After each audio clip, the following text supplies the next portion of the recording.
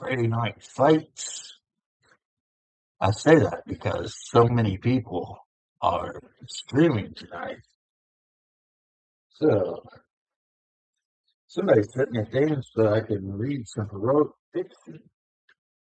HeroicAdventureFiction.com. Okay, never heard of it, but sure, why not? Might look into it. So, taking a break from Conan because the degenerate from the Great White North actually sent me a message and was like, "Hey, are you going to go online tonight?" And I thought, "Yeah, I might as well. No, may as well." I A lot of times I don't bother streaming on Fridays just because everyone streams Fridays, so it's kind of like, yeah, whatever. But what can I say? The fans they call. Looking at some sprues. I bought a couple of just single sprues. Hey, Steven. They're the new War Games Atlantic Army of the Damned. I bought a female and a male sprue for like $6. So that's about $1 a miniature on eBay. Um, just to have a look at them to see the compatibility, what kind of heads come with it, etc. I know these guys are supposed to kind of be maybe like Blood Pact or something like that. But the rifles they have look like AKs for the most part. They look like AKs. And there's a flamethrower that just looks like a flamethrower. There's a couple of pump shotguns. So most of these weapons look modern to near future. I mean, there are a few that do stand out, like the plasma gun. But so while these are supposed to be used in a certain way, I could totally see using these. Oh, thank you. Yeah, I love Seth Grikowski. He probably would hate my guts. And probably if he found out that I was a huge fan of his, he would probably not be happy. But I don't care.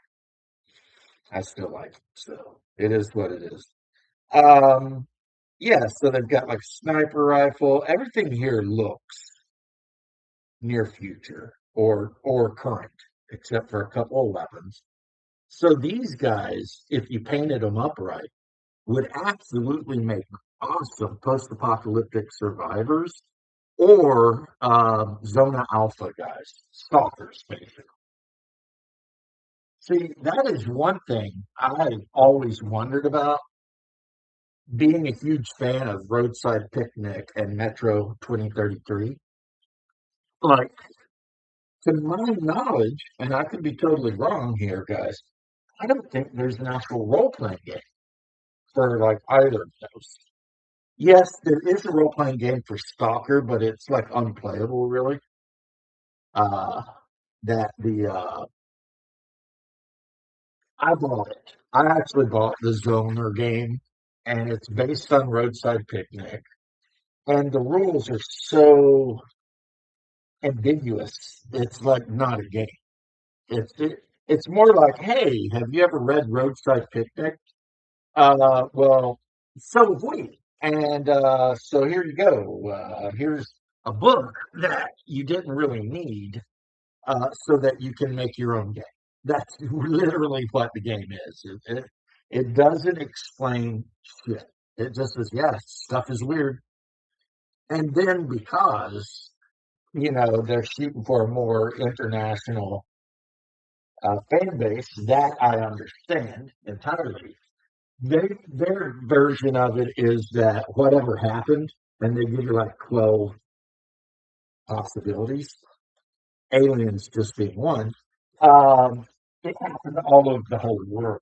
So there are actual zones, not just in what is, I think, current day Ukraine, near Pripyat, but there are zones in America, in Western Europe, like all over the place. And they all kind of function somewhat differently. that part of it, I'm like, okay, I can deal with because, maybe your game group wants to play good old US of A Americans. They're not interested in playing the Ruskies. But yeah, the game is just such a non-game. It bothers. And an actual Metro role-playing game would be, to me, it'd be super cool. I would love that. You and your friends make up characters and, adventure around and interact. And I mean, it doesn't have to be Moscow. You could even make it like Metro New York, but the same concept, So World War III happened, everything got nuked, and you're part of a group of survivors that have been living in the metro system. It could be Metro London, it could be Metro anywhere. Just the idea is you live in a gigantically huge dungeon, let's be honest, that's being fought over by multiple factions, and you're trying to pretty much survive that. That's really it, right? So why we haven't got that yet? Maybe instead of a fantasy game, that's the game I should have wrote. Is like a Metro knockoff, but set it in hell. You could set pretty much in most of America's more northern cities, but I would shoot for New York just because that's where you have the largest array of subways in America, I think. I guess maybe Toronto, whatever. Uh, so anyway, the complaint, guys, is that I don't like the fact that they haven't created a role-playing game for Metro.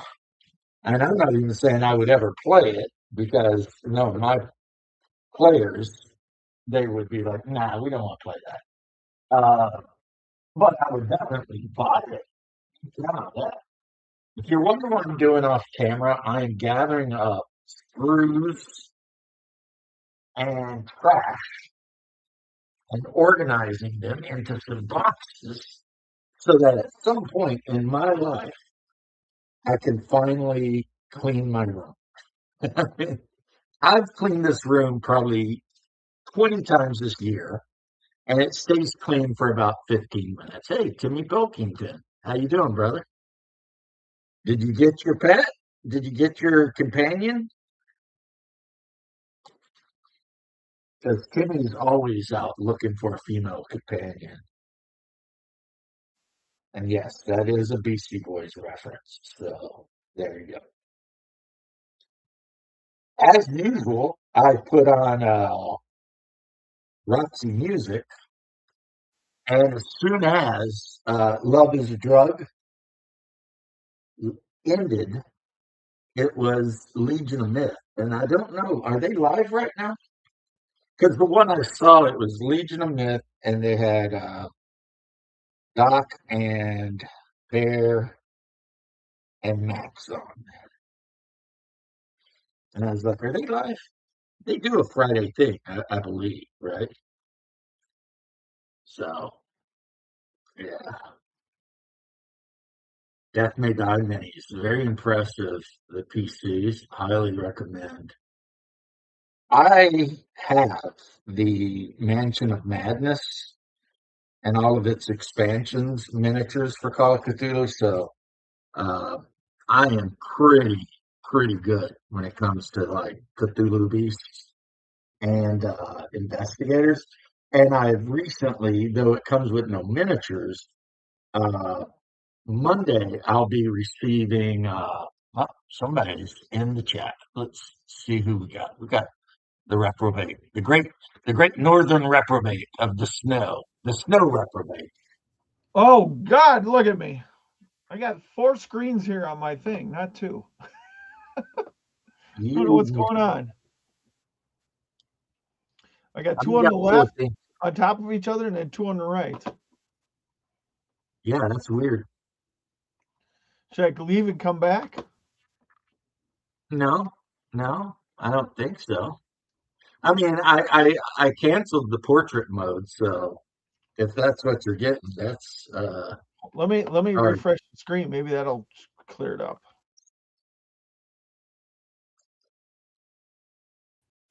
But so again, I'm gonna have to one of these days. I'm gonna have to send Max a message.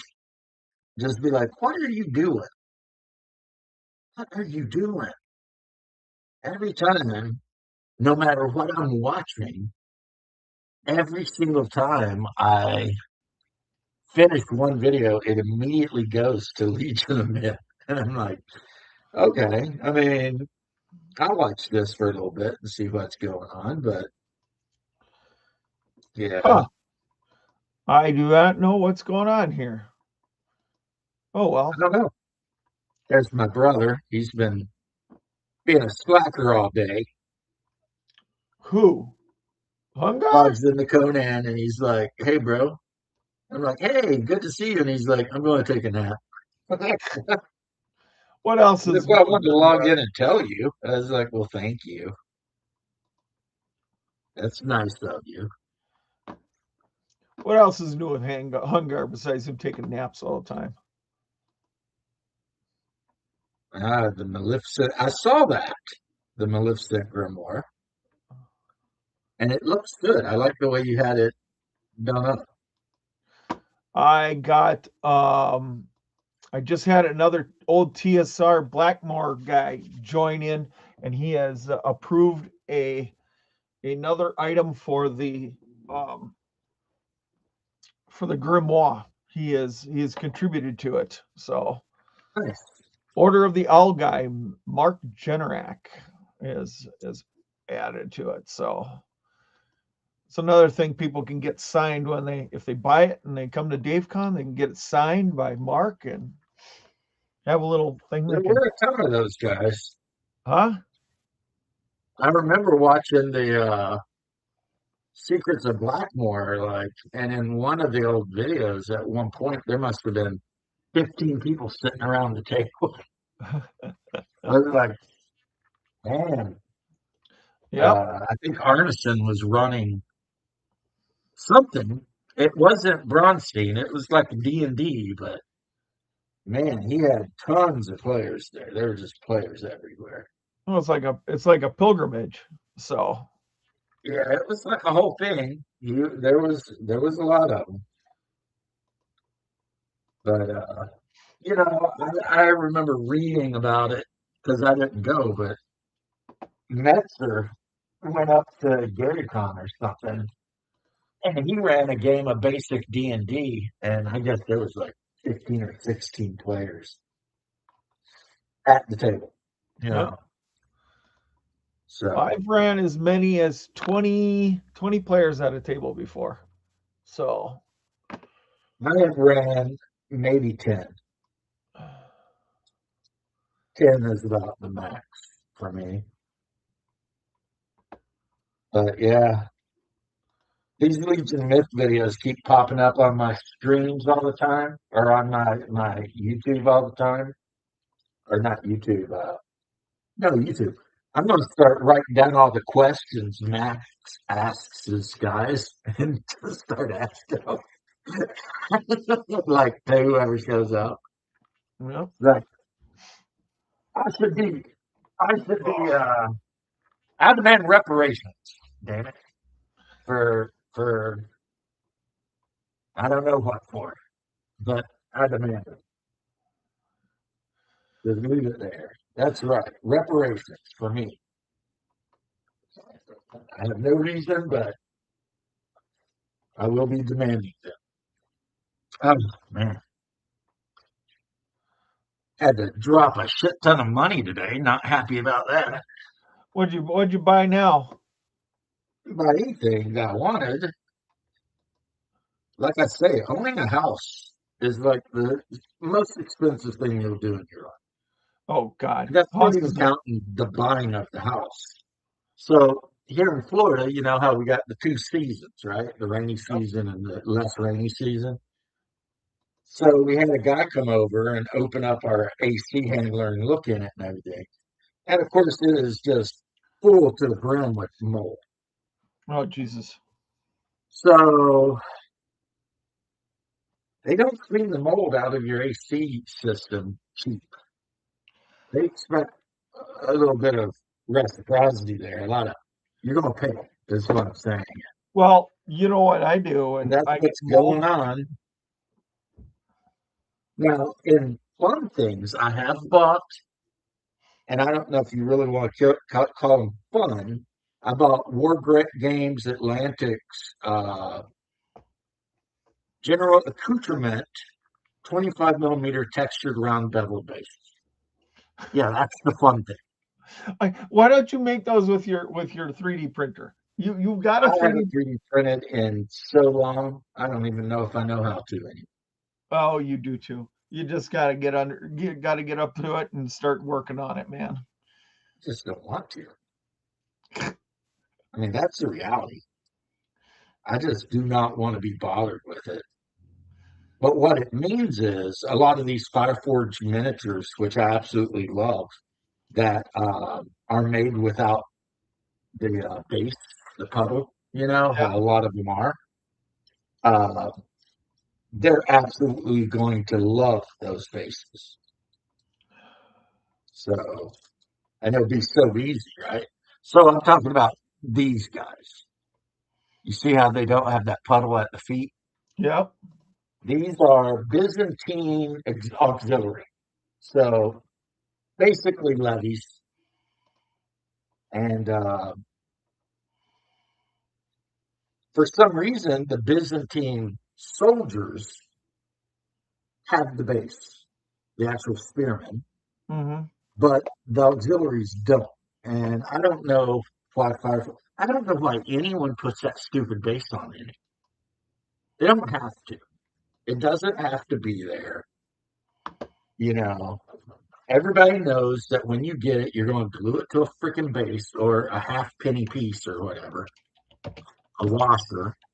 So the fact that they're still putting miniatures on bases is ridiculous. It's stupid. So that said, yeah, just organizing these sprues because I did go on a little bit of a War Games Atlantic kick a while back, and I got a ton, their boxes, Mm-hmm. and yeah, so break yourself, fools. Yo, homie, what you got on my drink? That's right. But I usually too, I have a separate setup for my camera so that I can actually show the miniatures I'm painting off. So that's cool. Uh, I got a really cool one here that I'm working on right this second. Uh, well, I'm not really working on it, but he is really, really cool. I'll hold you up here and see if you can see him, but Oh yeah. do you It's got recognize that guy? It sort of looks longer than his arms. It is. And why wouldn't it be? It's a fucking broadsword or a Yeah. bastard sword. That's the Kurgan. Uh-oh. Hungar's in here. Yeah, that's the. I don't see him. Oh, he's on YouTube. Oh, he might be on YouTube, but he's not in the chat. Hey, Steve-O. Oh, Yeah. So yeah, that's the Kurgan from Highlander. When it shows him in the past and he's wearing the armor with the skull, yeah. he's got that big freaking hand and a half sword. Now, I don't know what you consider to be a long sword because the sword that I trained with, and I have Isn't a cold long iron sword training supposed to be sword four to right five over feet there, long? Isn't a, 36-inch blade, Mhm. and I use that one handed. Well, I thought a long sword was supposed to So be are four to my five arms 3 feet long? They're not. feet. Maybe Yeah. two and a half, All right, right? let's break out some official books here. We'll break out Let's the see it. official one of the official books and we'll look it up what it says in here. Oh, about the length of a sword? Yeah. Well, it depends what kind you're looking at. Okay, first off, if you're looking at Player's Handbook of AD&D, you've already effed up. Gary Gygax, loved the guy to death, had no idea what medieval weaponry and shit was. Yeah. His hang up on pole arms aside, like studded armor doesn't exist. It never did, right? And he managed not to add padded armor somehow to the game. He managed to skip lamellar armor because the dude thought it was scale mail, when in fact the two things are entirely different.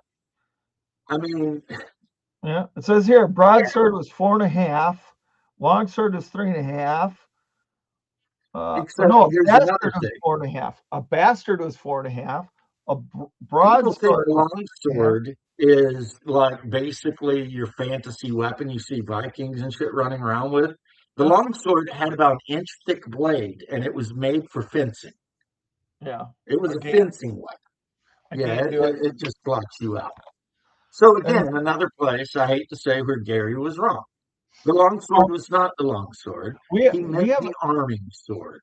we have a museum here in, well, actually it's not here. It's over in Alma, Wisconsin, and it's a medieval swords and uh, pole arms and all that stuff is at this museum down here in Wisconsin, and it's fascinating. The first time I went in there, and some of those pole arms are, I mean, like long ass pole arms. I mean, they're Well, I not mean, you got 6 feet; pike, they're like loosen 12 hammers. feet Yeah. long. You know what I'm saying? So, Well, those things were like 10 or 12 feet long, some of them. yep. And the old reason And why is that, pikes could be close to 20 feet, depending. yeah, well, the whole Like what purpose the was, Macedonians, yeah, the Macedonian sarissa was 20 feet at least. right.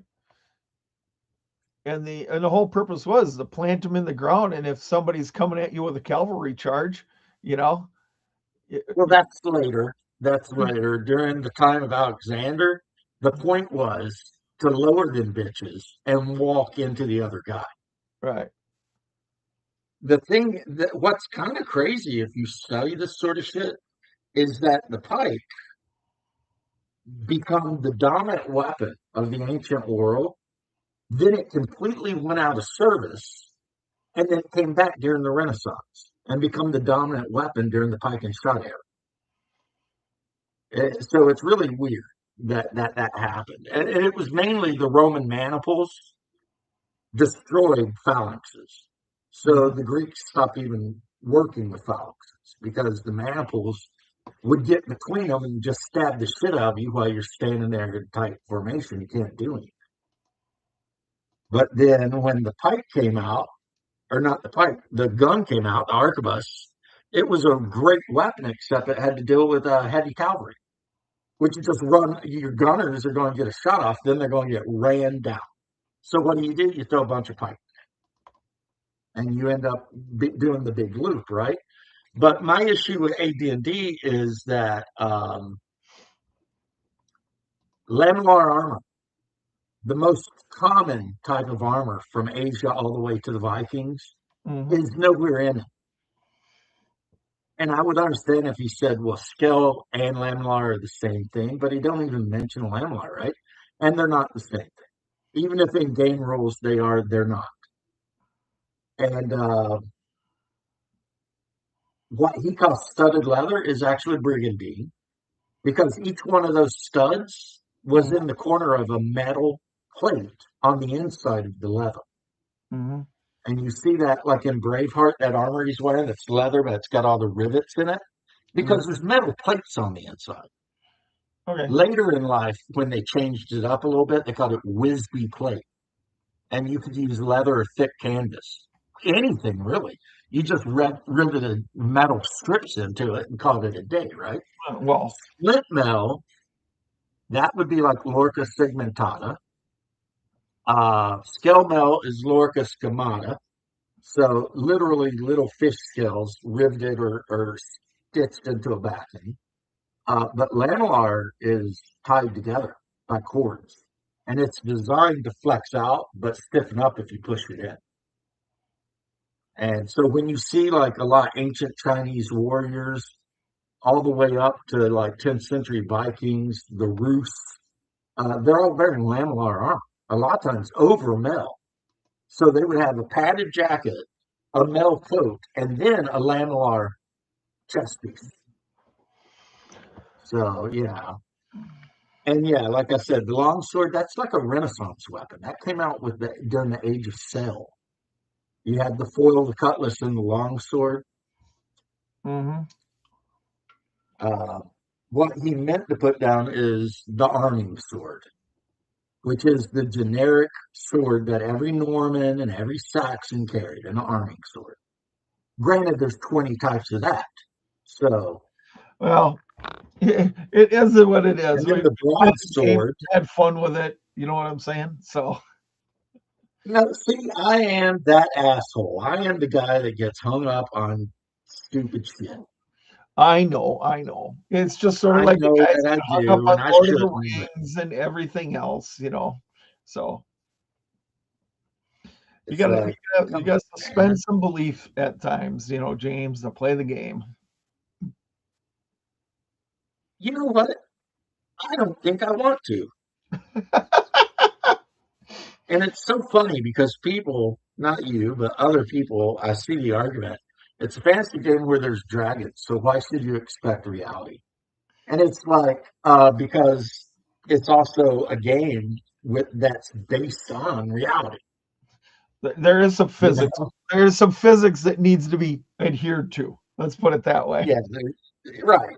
And if you're going to pick a culture in your game as being, related to a real world culture, then they're probably going to be equipped that way. And you should probably do it that way. Well, But man, I'm spending my time running around the exiled lands in Conan, playing a Hyperborean, wearing Hyperborean slave taker armor. That is what it's called. Because in the Conan era, the Hyperboreans lived in the far distant north in giant monolithic cities that no one even knew how they built them because the blocks were so big. And their main interaction with everyone near them was taking slaves. hmm. And also, they were known to be sorcerers. Like all of them were warrior sorcerers. Every one of them was like that, right? And then there was the degraded Hyperboreans, and they were about the social level of a Neanderthal, and their whole deal is they would shave their teeth into points and run Like around Klingons. being Oh, assholes. oh no, what was it? The Yeah, Ferengi. The Ferengi. Remember the Ferengi had teeth sharpeners or something like that? yeah, yeah. But the Ferengi at least had rules, even though they didn't follow them most of the time. Oh, But their rules of acquisition. yep. I have a copy of that somewhere. I think it's in my semi trailer with all my bunch of my collectibles are in there. That I got the rule. It's even signed by the actor who Armin Shimmerman from Star Trek. So the guy who played Quark. Quark. Quark is one of the best characters on Deep Space Nine. Now, talking of nerdy sci-fi shit, I did um, dig out my Star Wars Saga Edition stuff. Yeah, Double D was talking about it, and I did dig it out and read through it. And I don't know, as much as I love West End games, Saga is a really good addition if you were lucky enough to buy it. Because now the rule book will cost you $100 on the aftermarket. You can yeah. get the PDFs You for know free. what? Here's the problem. Here's some of the problems I have with this. And I've been watching this video about how Google and some of these other companies will buy books and then they'll stick them in a scanner and then sell them, and you don't get any profit from them because they've destroyed the book or something like that. They made the case and they won it in court.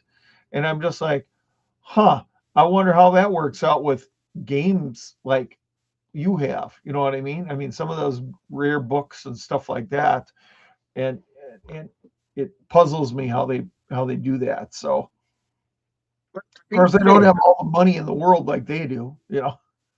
right, to be totally fair, the price of a Saga Edition core book, the last time I looked, which would be like 10 years ago, was like $350. Wow. So the fact that it's dropped by $250 is, that's something. Yeah, but But yeah, they what used I'm to be what I'm saying even is more. what I'm Now the saying. big one, and this one's super cheap now too. Well, okay, it's not cheap, but compared to what it used to be, is Knights of the Old Republic, the source book for Saga Star Wars.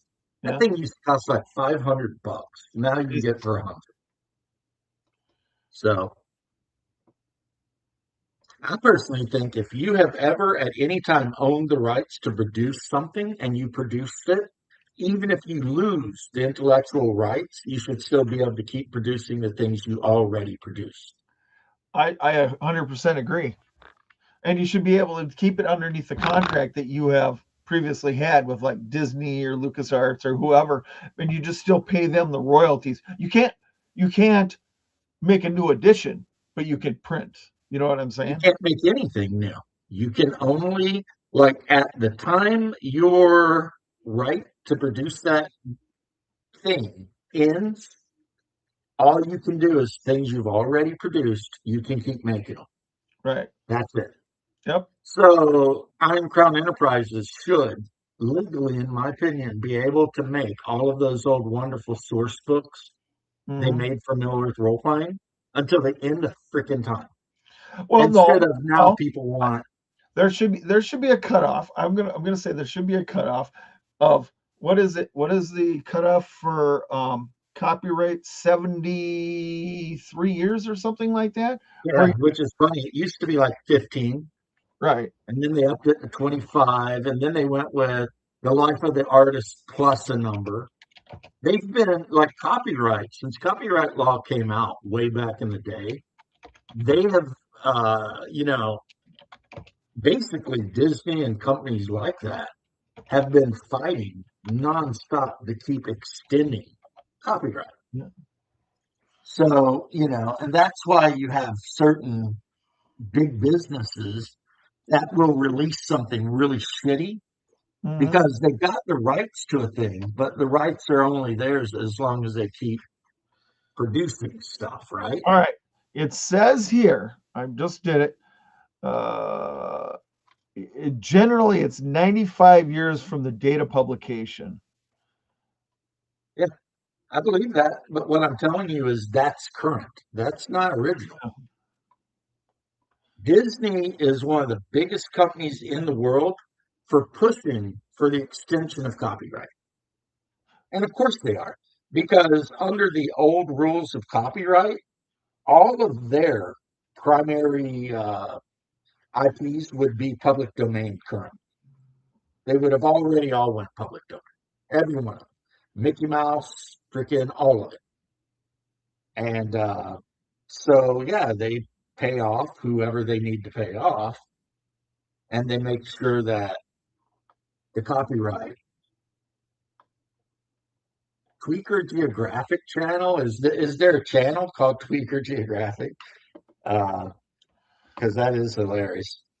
Uh, but yeah, Anyways, I mean, to get back to what I'm saying, that is what they've been doing for literally since the 50s and 60s, you know. And this is not the way it was ever supposed to be. It's just the way it become. yeah, I see I'm reading the rules and stuff like that. Like I was like, okay, 1931, anything before 1931 at this point in time, you can recreate it. So if you found a Conan novel before 1931, you as a publisher can take the text, put it in a new book with some new art, and republish it underneath your own imprint.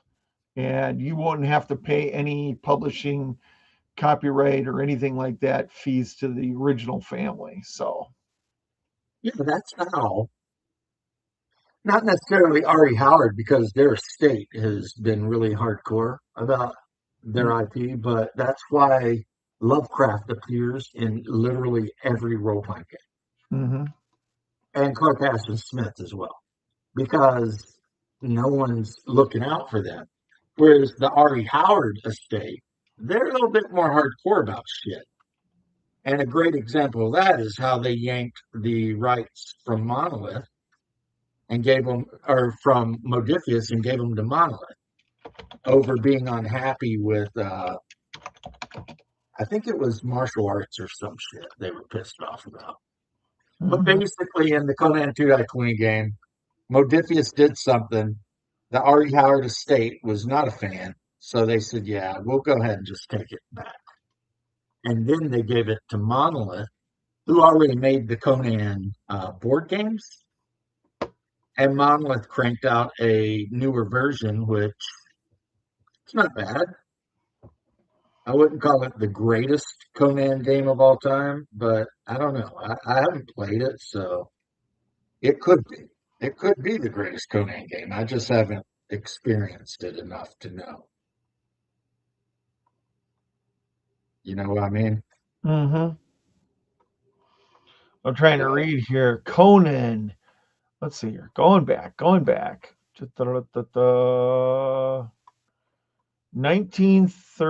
1932. He put out something for what was probably this? Red Nose, and he probably sold it to Weird Tales. Mm-hmm. They all did. The three aforementioned guys, that was their deal. But there were a lot more than just them that were doing it, but they're the The ones that Conan the I, Cimmerian in 1932 through Weird Tales. Now, yep. at the end of this year, you would be able to reprint that if you wanted to. There is, though, however, a kerfluffle in this, and that is that if, let's say, the Artie Howard estate, they keep publishing a book, as long as they keep it into production, then the IP's whatever remains theirs until they don't, right? So that's why um, that's how that Knucklehead and Ernie almost got Star Frontiers because TSR hasn't done anything with Star Frontiers for so long Yeah, well, that they almost got the copyright to it. they got But nailed. D&D will never be public domain because they release a copy of D&D every 10 years. And as long as they keep doing that, then the rights remain with them from that point plus. But actually, the court case I read that court case with Lanasa, and he lost it because they proved to the court, and it was uh, precedent setting that because they were printing it through Drive Through RPG, Star Frontiers, Right. that they never really actually lost the domain. Exactly. So now It, it's from the it was author. just a whole thing.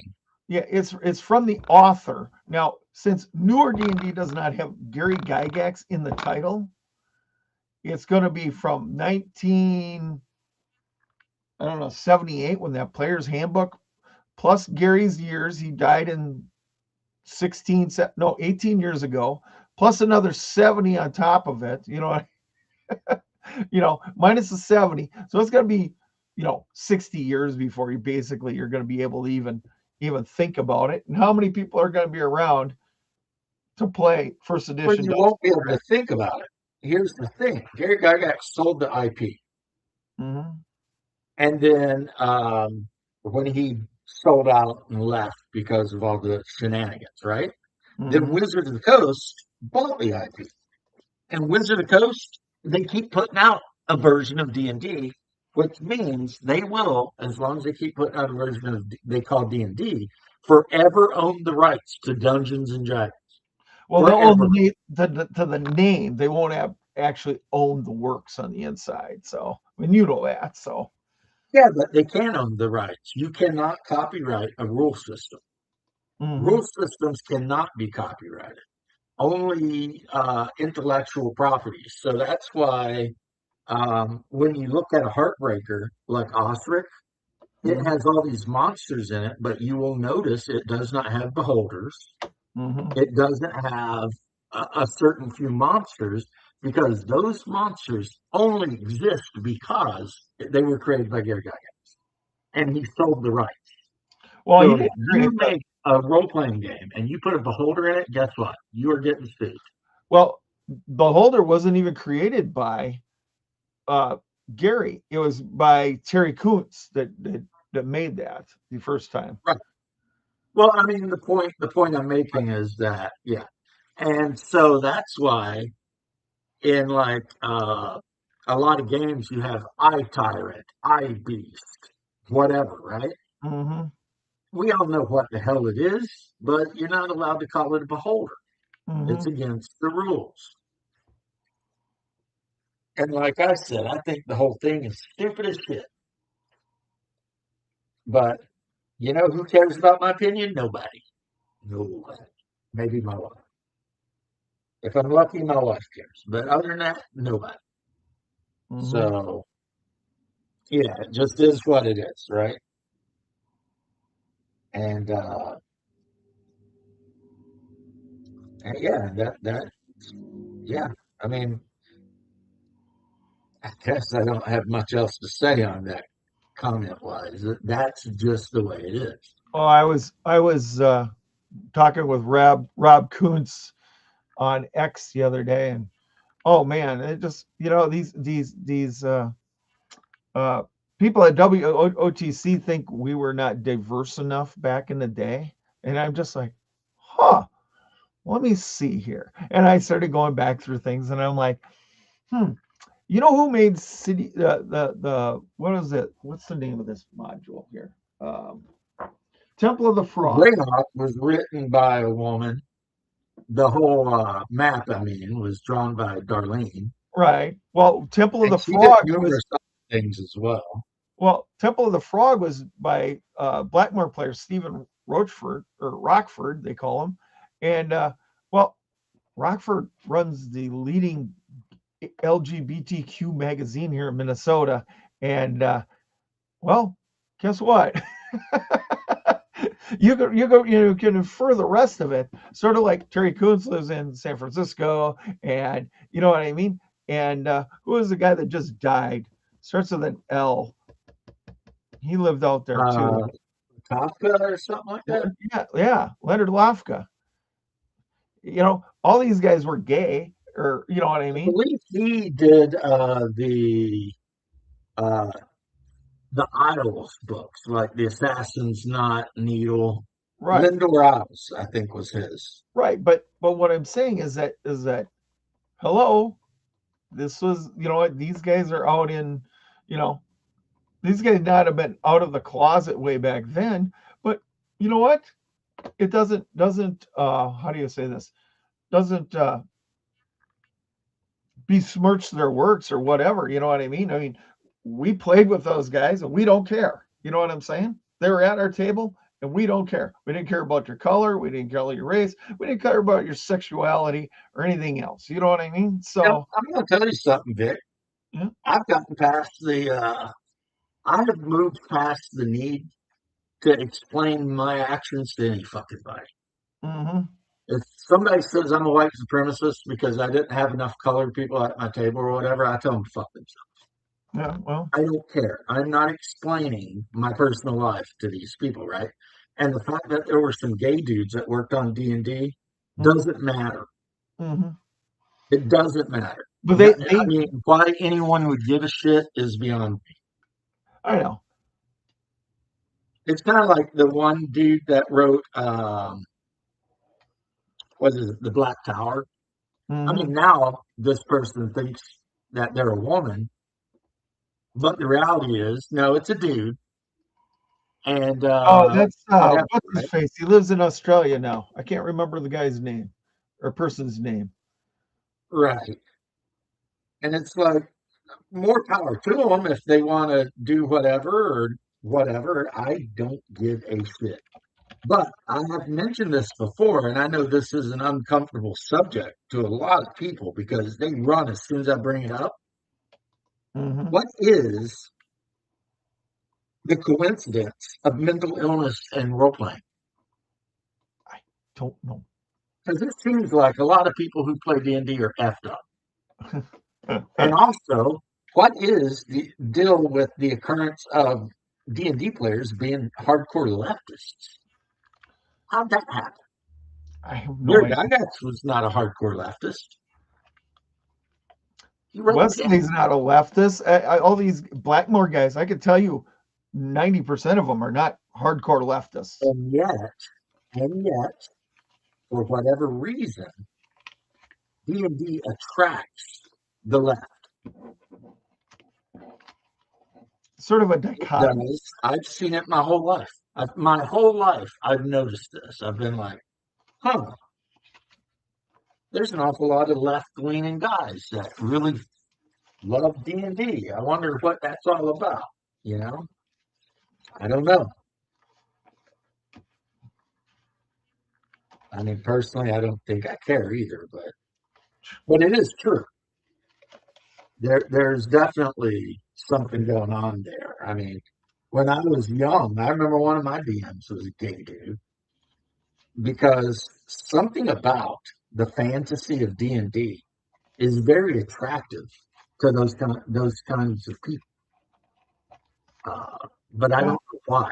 you know, when I look at D&D, it just when I first started playing it, it was, oh wow, this is cool. I'm going to start reading about Normans and the, Gaelic tribes and this kind of stuff and what happened way back. You know what I mean? I'm going to start reading some of these books. And that's what got me into Lord of the Rings and, you know what I'm saying? And books like that. So, I mean, My introduction to D&D is the exact opposite of what you're describing. I read The Hobbit and Lord of the Rings, and I loved it so much that my mom went out and bought me the D&D set, oh, the well, the multi-cook set. I was a big back then. I was a big World War II, World War One. Just those books in that generation era and stuff like that. Right. No, I was actually before I got into nerd hobbies. I was your typical redneck.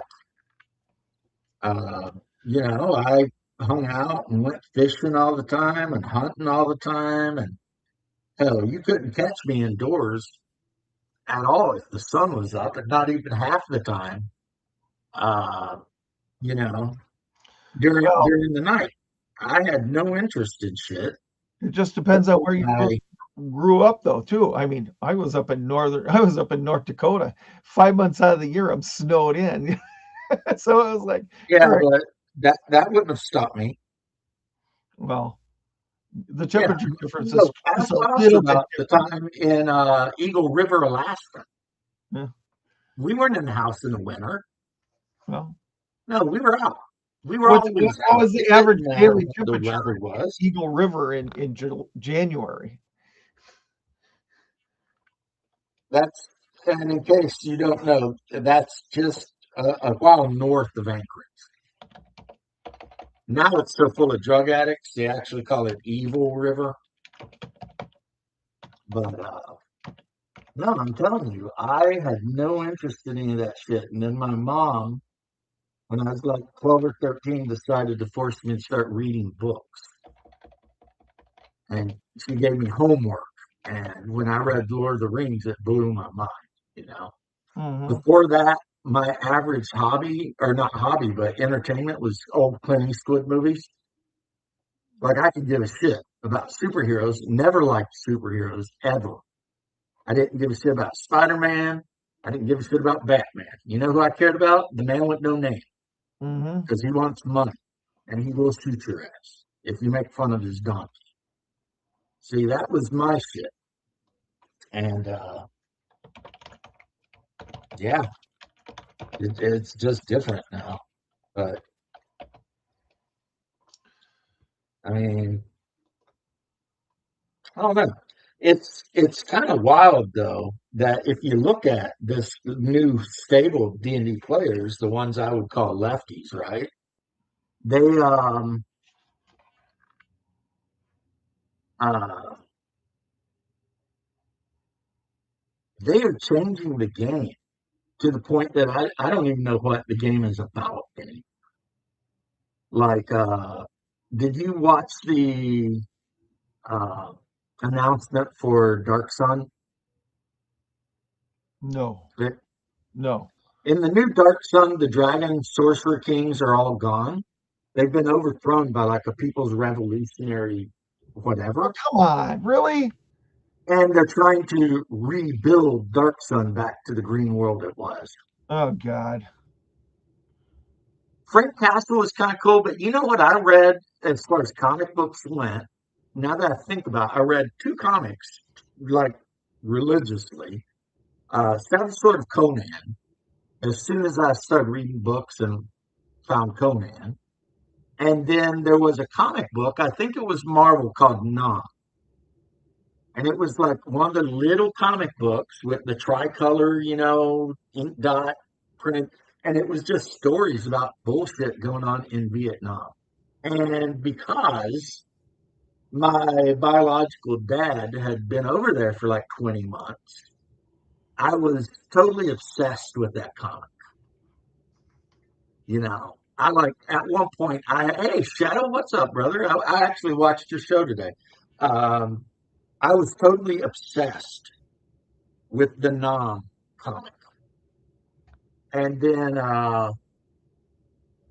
late in life, I mean, I'm in my mid 20s, my brother introduced me to I Lucifer, Hmm. which become poison elves after Mulehide went bankrupt and all that.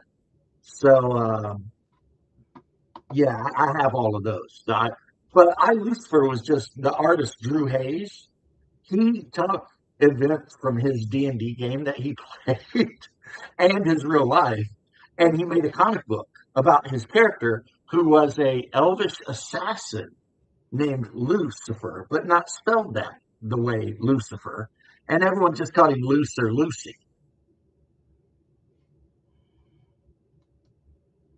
Yeah, yeah. The Nom comic book was awesome. I don't know if they could ever make something like that today. Like make, an Afghanistan comic book and just have like stories of our boys over in like Kandahar, getting into firefights and shit. Yeah. They would never do that. But back in the 80s and 90s, man, you had no end of great comics. Great comics. You had like Evil Ernie. Now, these are comics I never read, but a buddy of mine was always going off on. Evil Ernie, Lady Death, Johnny the Homicidal Maniac, the artist that did, what was the one?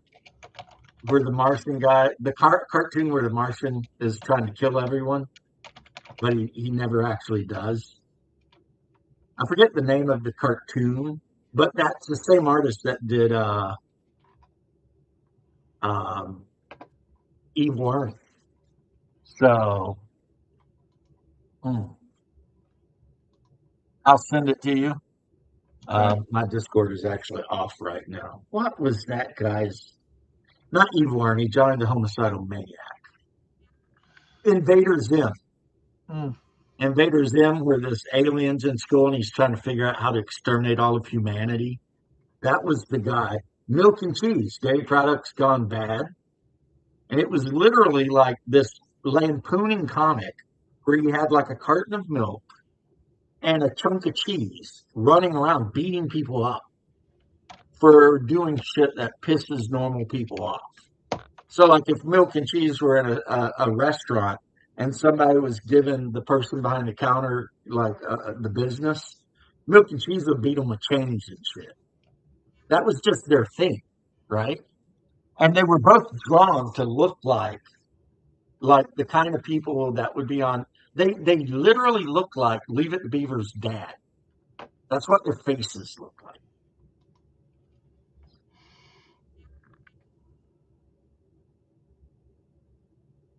The box. See, OG, when I see the title, the box, I'm a horrible human being. I start thinking, is that porn? I mean, what are we In the talking gutter about? you go. Right? Just whew. I was in the sandbox, and let me tell you, I did not like it. Wouldn't recommend it. Actually, at the time, I thought it was pretty good. In hindsight, I was like, nah. Oh. So my creative The juices only have flowed. way, the only way we should ever go over there is if we as a nation are willing to tolerate genocide. And if we ever become capable of tolerating the complete genocide of a culture, then we go over there. But until we are ready to completely wipe them off the map, maybe not kill every single one of them, but destroy their culture, we have no business over there. It's the It'll same be thing. We like the spent 50 Mongols. years in Afghanistan doing what? As soon as we left, the Taliban just came right back. Why? Because we didn't blow up all their mosques. We didn't shoot anyone that said a word about it. We didn't build cathedrals. We didn't force them to convert. Had we done all of that stuff 15, 20 years later, guess what? It'd be a totally different country, a completely different country. Now, some people, the anti religious, would be like, well, why do you got to force them to convert? Because humans are naturally religious, and a society will always adopt a religion. It doesn't matter. So you get to choose which one. That's it. But it's always going to happen. The most atheist countries in the world still have this religiosity about. It's just the way the human psyche works. Well, I was today earlier today. I saw a Muslim imam. I don't. What do you call them? Imams or Um, whatever they're called. Yeah, but he's you sitting can there also just call the advocating. player. He's in a Dallas, Texas mosque advocating to kill white people, Christians, Jews, blah blah blah blah blah. And I'm like, uh, why isn't the DHS storming that place, grabbing him, putting him on a plane right away, and saying goodbye? You know what I mean? I mean, In you the United States, for some reason, we have put a certain group of people on a pedestal above every other group of people. yeah. Well, guess what? Exterminatus, exactly, right? Total war, just like Sherman did to the South. And I'm speaking as a Southerner. That's how you fight wars. When you decide to fight a war, you don't pussyfoot around and drag it out for 50 years. You handle business right then. In the long run, it's less cruel. I mean, who wants a war to drag on for 30 freaking years like we did in Vietnam? We could have ended Vietnam in 15 minutes, but we let that shit drag on because that's what powers that be wanted to happen. Oh, And in the end, everyone says, "Oh, America lost Lost? No, we didn't lose Vietnam. We killed 3 million of those motherfuckers. We won every battle." But college kids back home whining to our government made us withdraw from Vietnam. That's not a loss. Being forced to pull out of a war zone is not a loss when you are completely dominating the scoreboard. That's like saying the Bruins go in, score 9 goals, and then quit at the end of the second quarter. Technically, you might say they lost, but the scoreboard says they freaking won. Right? They definitely outplayed the other team. Yeah, forever worse, because that way the companies they own stock in can sell forever bullets and forever missiles. The thing is, and this is something people like me know, the right kind of ammo will survive in a tin can for hundreds of years. So you have to come up with a reason to use it. Otherwise, the companies that make the ammo, all of a sudden, once they've hit a certain stockpile, it's not commodity, and then they go out of business. So once we build up 1 million Hellfire missiles or whatever, we got to pick some shit somewhere so we can fire off a bunch of them so that Martin Marietta and various other places like that can keep making them. well, that's why I mean, didn't they hand, oh, who is it? maybe it was Martin Marietta. They just handed him a $85 billion contract or something like that to upgrade production on that the cruise missiles and stuff, Tomahawks and stuff. I think it was like them. It was a no For the bid HIMARS. contract. You know what I mean? So Yeah, exterminators. And I know OGG, what I'm saying seems harsh. It's not. It's actually kind. And maybe, who was it? Elvis Costello? No, it wasn't Elvis Costello. But whoever it was that said you've got to be cruel to be kind, 100% correct. When you are fighting a war, you start out as cruel and hardcore as you can because the goal is to end the war as soon as possible. And yes, it hurts in the long or in the short term, but it's good for everybody in the long term. I mean, we forgot that though for some reason, or we just don't like that idea. I mean, right now, hopefully somebody does something, but right now pussyfoot around with these guys. Meanwhile, in 1944 or 43, we had no problem firebombing an entire civilian city just to prove the point. Dresden, Dresden, which was not even a military target whatsoever. right? There Uh, wasn't even a military factory in the city. But 12, we did it just to show 1200%, them how bad shit was going to get. 1200% increase is what the Navy wants right now for next year for production of the Tomahawk. So, Well, they need more Tomahawks. They need more submarines. There's a lot of stuff they need, man. well, with the advent of these drones and what's going on over in Ukraine, I mean, Jesus Christ, I mean, they're all gonna be sitting in their apartments in Kiev launching drones off at each other. There's gonna be guys in Moscow launching drones and Kiev launching drones at each other, and you know, Well, they're already doing that. I Yeah. know. Drones have totally changed the nature of warfare, Hmm. everything about it. I was And I watching don't a know video. if for the better, because when you take human suffering out of warfare, it makes warfare a lot more attractive. Mhm. I mean, I if was you've got an army of robots, why wouldn't you send them off to fight just nonstop all the time? Who cares? I was watching a video from I think it was either Ukrainian side or the Russian side. I don't remember. They're showing a field with all the strands of fiber optic over it. I was just like, it looked like a spider web, a just huge spider web. All this fiber optic wire out there. I was just like, oh my god, you know. Well, both sides are using fiber optic more, but especially Ukraine, because Russian technology, if they try to run on like radio or whatever, the Russians have technology to knock that shit right out of there. As soon as it gets within like half a mile of one of their Mhm, transmitters, it completely just blocks the signal. So now they've got to drag these monofilament fiber optics around. mhm. Uh, and it's going to be like everything since the beginning of time. It's going to be the seesaw. Like, okay, drones have come out and they've done a bunch of shit.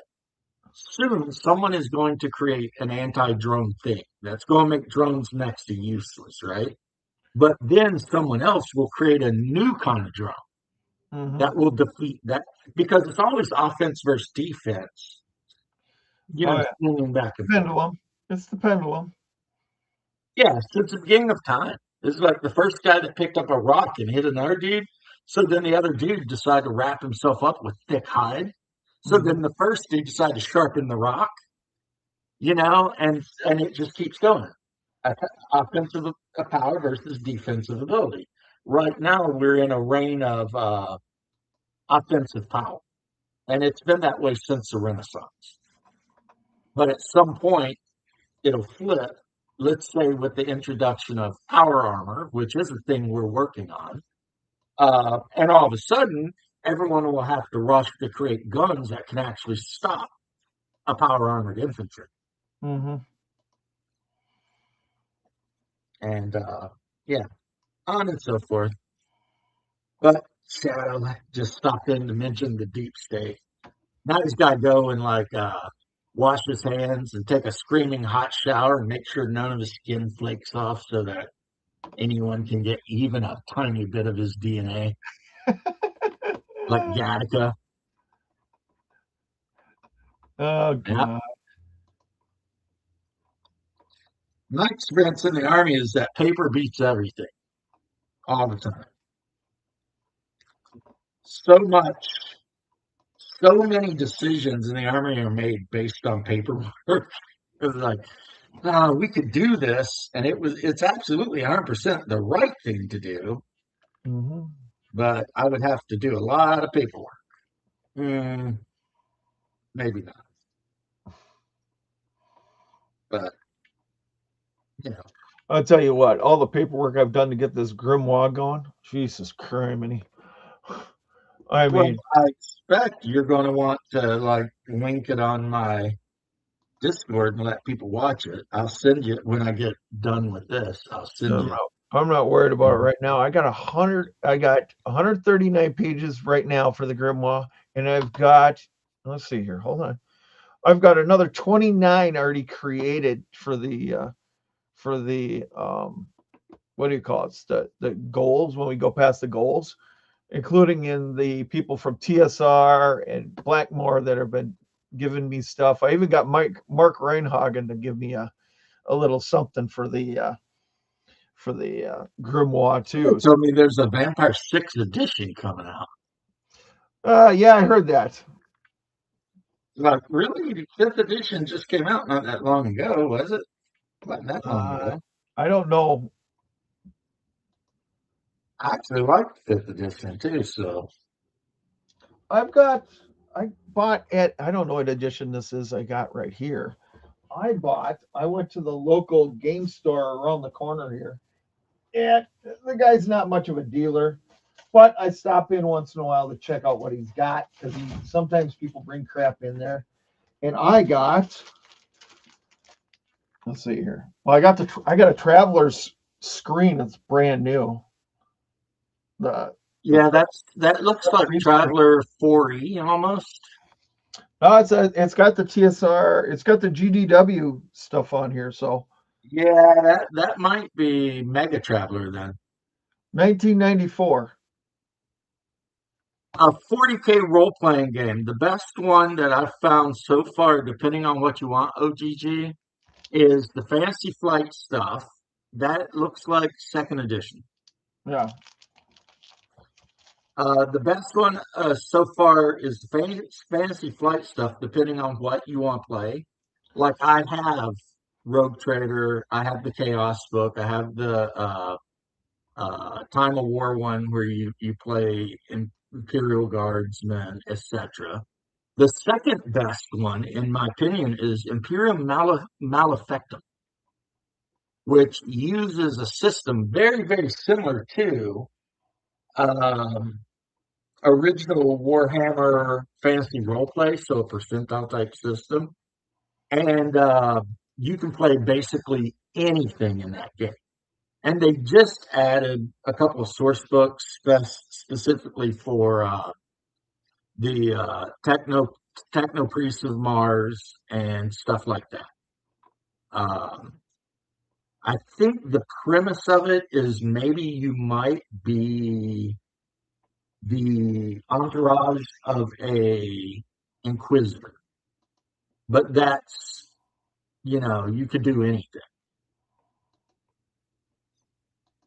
Well, Emperor's Choice be at the next DaveCon. What Now, Wrath and Glory is pretty good, but Wrath and Glory tries to do way too much. will Emperor's And it Choice? uses a dipole system, and I wasn't a huge fan of it.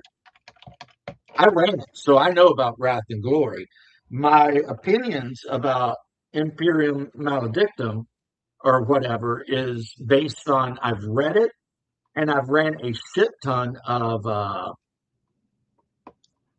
Warhammer Fantasy Roleplay Second Edition and Fourth Edition. So I recognize the rules right away. Oh, that Uh, Arduin, isn't that Arduin isn't the what's his face, the writer of that Arduin? one of Shadow's, I don't know if he's a friend or a comrade, an associate. Yes, Mongoose Traveler is excellent. And because I am an edge lord, my favorite Mongoose Traveler is 2300. Because, of course, I'm going to pick the one version of Traveler that hardly anyone knows about or even plays or even cares about. And you know what? In the end, I will be justified because War Games Atlantic is making figures for Traveler 2300. All right. He wants you to know that it's Arduin. Arduin. Arduin. Okay, whatever. So, I mean, you got to take that stuff seriously, man. I know, Right but there. I am such an AD&D freak. It's not even funny. Sorry, it's just the way I am. Yeah, you're wrong, but it's okay. All right. Look I'm at just that. trying to look On up. acid fire, baby. Trying to look up. Well, I still like you and all, but it's like everything you like about AD&D, Hyperborea does better, and everything you hate about AD&D, Hyperborea fixed. So it's kind of like, while I understand sticking with first edition, I love first edition, and I keep a DMG at the table when I run Hyperborea. Hyperborea is still um, just a better design game. Wow, being so similar to first edition that you think you actually when you're playing the game you think this is first edition, but it's not. I mean, it's got descending armor class. It's got so you got THACO. It's got all of the shit. Mages get die four. Thieves get I think die four, but some get die six. All the way up. But it fixes all the shit that annoyed anybody about AD&D. So Hmm. at this point, if you're still playing AD&D, it's just because you like to be able to say you play AD&D. It's not because it's actually a good game, because it's no longer even the best D&D. Well, we're just gonna have to agree to disagree. And in other news, you could absolutely make a character use an AD&D and then sit at a table and play Hyperborea or vice versa. Right. That's how similar the systems are. Well, Like if I were to make a barbarian from Hyperborea and sit down at your AD&D table, right. you wouldn't even know. Well, you would know because a lot of my skills are on die 12s Right. because the guy who wrote Hyperborea apparently decided that no one ever rolling die 12s was bullshit. So we put like a lot of the skill checks on die 12. So like the thief in my party can pick locks on a 7 and 12 at this point, you know? So it's no longer I have a so and so in six or a percentile. It's like it's on the die 12. It works better, right? You don't your THACO never decreases in the whole game. But every time you level, you get a bonus to hit. So if your THACO at first level is 19, your THACO at 10th level is 19. But at 10th level, you get plus 10 to hit as a fighter. You see what I mean? That's just Yep. simple. You ain't got to look at a chart and figure some shit out. Monsters basically get a bonus to hit equal to whatever their level is. So if you fight a 5 hit die monster, guess what? It's got a plus 5 to hit, typically. I But can with put a I can AD&D, the elves, gnomes, and half orcs, I know. Heaven forfend you play a game that didn't have those freaking lame ass shit in it. The only gnome I give a shit about is David the gnome, and he was voiced by the dad from Happy Days.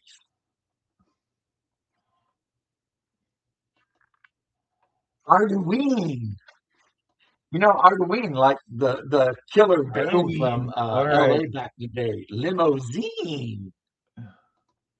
Now, only hardcore nerds from the internet 90s will get the limousine. Everyone else will be like, I have no idea what James is talking about. He's losing his mind. He needs to take his meds. And edited with a proper index, for God's sake. I know. It's hard to believe that I can pick this book up and find any information I want in literal seconds. And it has all the information that I want. It's a monster manual and a dungeon master's guide in one big book. Isn't that crazy? Also, if there's any real reason for you guys to convert from AD&D to this game, it would be orcs. In this game, orcs are actually good. And I don't mean good like alignment wise. I mean they make sense. There's a reason for them, No, well, and they're terrible. They're the worst. well, you know what I say in my AD&D game? Orcs are all orcs are evil, and then I got a dot dot dot. Maybe not half orcs. In this game, all orcs are half orcs Yeah. Okay. Well. because they come about when a demon called a babbling neckpit, or as you guys know from old school D&D, the swine, devil swine, has a relationship, let's say, with Picts, and by Picts I mean the original inhabitants of Scotland, and they produce a pig-faced monster called an orc. Hmm. And then orcs, of course, can reproduce with Picts to make more orcs, or with other orcs to make more orcs.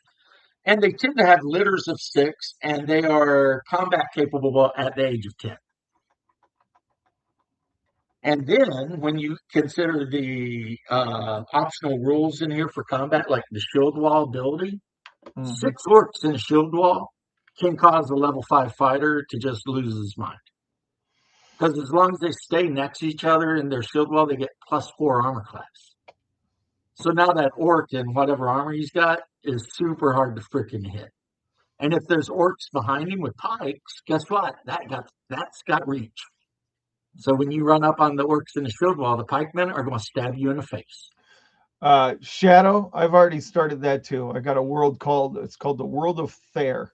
The outside edges are populated by the coast. The interior is completely wild. So it's a wild, wild world when people go off into the wilderness. So You want me to show you something that's like kind of a, oh, that's cute thing? mhm. I will, because here it is. Oh, ain't that cute? Yeah, do you see what it is? Yeah, it's your puppy. Yeah, So, but look at the two people. well, oh, it's you The and the really short wife. blonde getting Uh kissed, and oh. she's got like her leg up. Uh oh. Uh oh. This What'd you is get? my wife and I's Hyperborea character with our dog's Hyperborea character because he has a character. There you go. Me, her, and the dog. We all got characters. She's a berserker. I'm a warrior. And the dog is basically like a ranger. Yeah. Well. He might be a thief, though, because I've got a couple of pictures where I'm locked up in jail and he's sneaking past the guards with the keys in his mouth. He's bringing me the keys. Yeah, that would totally sit on a wedding cake. You are 100% right. Don't Now give him this any one I need ideas, to. Steve. He's already been married for 25 years. He doesn't need another ceremony. We had a ceremony today. I went to Aldi's with her. There you go. Bought me a bunch of stuff I wanted. As a matter of fact, she cooked an Aldi's pizza, and after I get done streaming here in a little bit, I'm going to eat some of it to see if it's good. So this is her, and if you look really close, there's a tiny little white puppy looking out of the hood. Yeah, I see that. Yeah, yeah. I like saddling my Because when the players once puppy in a was while. little, it was small. See, we've got a storyline backed up with actual images. So there's an actual image of my character giving a group of Eskimo 30 silver pieces for the puppy when it Oh, was like that big. And then as you follow, because there's hundreds of these thumbnails, right? uh-huh. And you can tell the chronological order by how big the dog is. Like the smaller the dog, the earlier in the timeline. Right now, in my actual Hyperborea game, the wife has the dog because we met in the city of Flan, and my character was on his way to Fomorium, and she asked if she could keep Mishka, and I was like, fine. Because we're both adventurers, but we don't actually stay together. We do our own shit a lot of the time. But she needed the dog. Well, Underborea, which in my Hyperborea, Underborea is basically like the dreamland. Because once you go deep enough under Hyperborea, it stops being reality. It starts being something entirely different. Like a lot of the evil gods literally live in Underborea.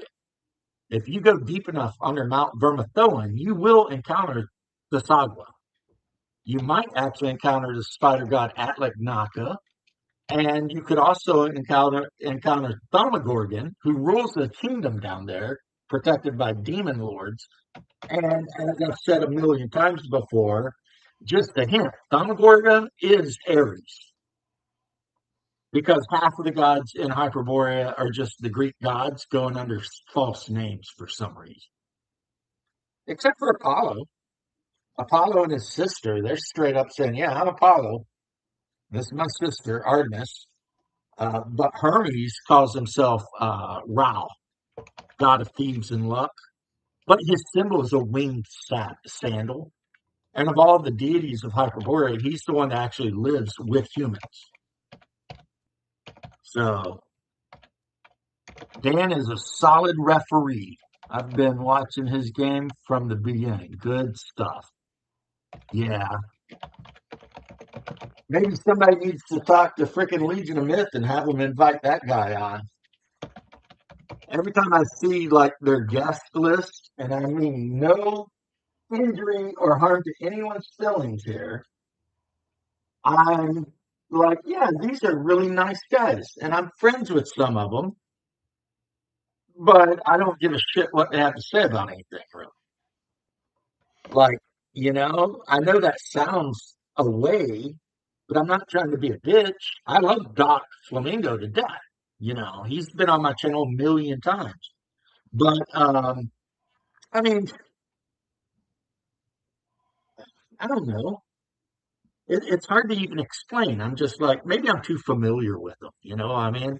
So it's not exciting to me to see Doc because I see Doc all the time. Now, here's what's funny. I don't know if my brother's still in chat. I hope he is. He's had a little bit of a case of the green-eyed monster lately because Double D sent me his phone number and told me to give him a call and called me his N-word, as it were. And he didn't say the same about Haas. And Haas is like, I want to be Double D's, and I'm like, sorry, bro, can't. Anyway, I have to mention Hyperborea and the setting a bit because Cold Iron Skillet, the guy who makes all of my amazing thumbnails and art and everything, and also hangs out with me late at night in Discord when we bullshit around. He is the reason I start streaming as often as I have again because he listens to my streams at work. And he actually come in Discord and he's like, "Come on, bro, you haven't streamed in 2 weeks. What are you doing?" And apparently every time he goes to Shadow Stream, which he does go to Shadow Stream a lot, he still can't understand why Shadow has decided clerics can't have resurrection. He don't like that because So this is the body of a dark elf executioner with the arms and the head of a demon from Frostgrave. And I think that looks really good. And he's got a big freaking mace. Oh, yeah. So at some point, I'll do a video and I'll turn the other camera on so that I can show you guys a lot of the stuff, right? I've been doing a lot of kit bashing, like a lot of kit bashing. Oh,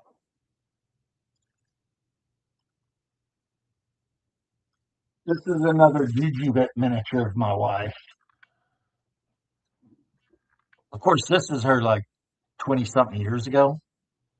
We decided not to do the miniature of her as the grandma because who wants to play a 55-year-old woman in a role playing?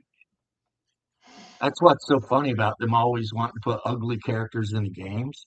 I played Hyperborea with women, and their characters are always hot as shit, with the biggest of boobies and the roundest of butts. And they're always flirting with everybody and running amok, especially the one girl. Like, that is her modus operandi. If it's a male she's chatting with, she's trying to seduce him, right? Because she knows she's got those womanly wiles. And so she'll like lean on it to try to get her way. You got a better table than I got because the women at my table just want to murder everything. No, that's my wife. If anyone does her wrong at all in any way, she's ready for genocide. Yeah. But the other girls, they're like they're just like they will literally flirt and describe how they're leaning forward so that the guy can look down their tops at their cleavage when they're in a freaking general store trying to buy dried rations. And it's like, really? And they're like, well, I'm going to see if I can get some extra rations out of this guy. Roll a reaction check. And one of them, I swear to God, last week they went in to buy something. And every time I said, okay, roll a reaction check, she rolled like a double, I mean, boxcars. So basically, half of the merchants in this town are just absolutely thirsting for her, trying to give her shit because they all want to get in her pants.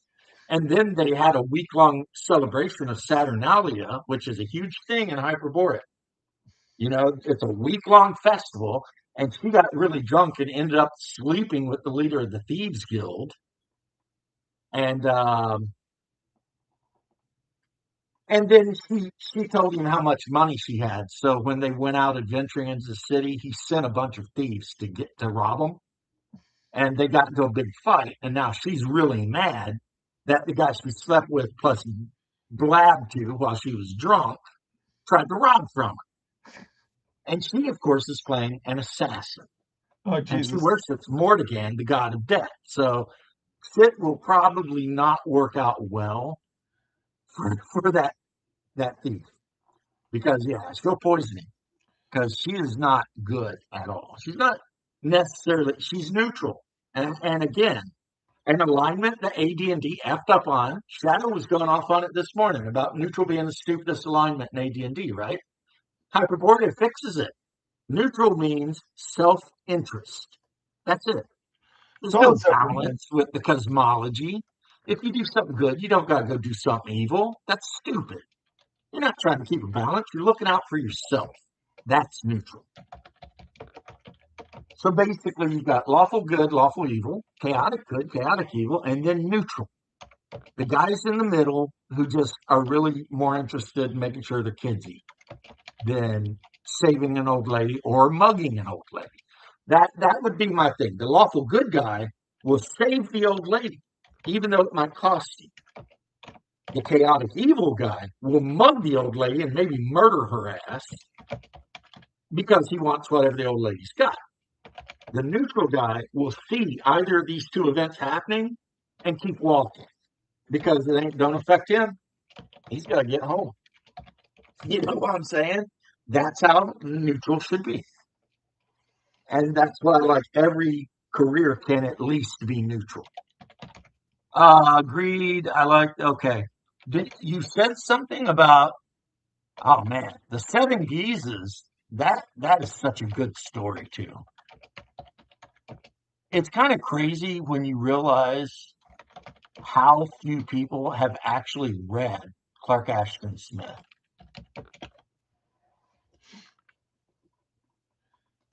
Solid DM.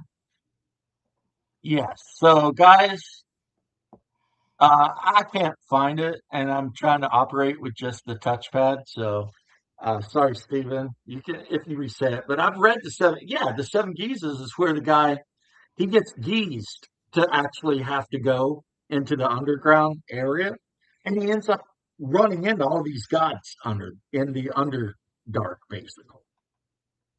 And each of the gods tells him to go see some other god. Because here's another thing too: the so-called, as I say, gods, they're not gods. They're incredibly powerful beings, but they're not gods. And most of them do not give a shit about you. So if you go under Mount Vermithillen and you find Sagwa, where he's sitting on a pile of skulls sleeping because he's a fat, lazy toad monster, that literally that's what he is. He's a fat, lazy toad monster thing. 9 times out of 10, okay, 8 times out of 10, he's going to ignore you. 1 time out of 10, he's going to open his eyes and tell you to go away. And then the 10 out of 10, he'll eat you. And he won't give a shit either way. If you're a female and you run to act like Naka, then you might become a Attercop because she is constantly trying to weave a web across this giant chasm. And they say if she ever makes it, then that's the end of the world, right? And all of her servants tend to have, in their previous life, been female druids that were dedicated to her, the spider god, the weaver, right? So after long enough of a time, they start looking like spiders. They start getting like spider extra arms and whatever, and a lot of them go to serve her, right? And then Thaumagogon's realm is brass and blood and fire, and he, Ares, is protected by 4 greater demons that guard the gates to his realm. But there's all kinds of other gods under there. You could run into Gugs, which are the weird Lovecraftian giants that their mouth is on their head and it opens like that. They have like 4 forearms, 2 arms, but then they branch to 4. Actually, we used to have some around here I could show you. I mean, you could run into gas, you could run into ghouls, and depending on the reaction, the ghouls could talk to you. Because most ghouls at one time were humans. And a lot of them, because when they become ghouls, they basically become effectively immortal.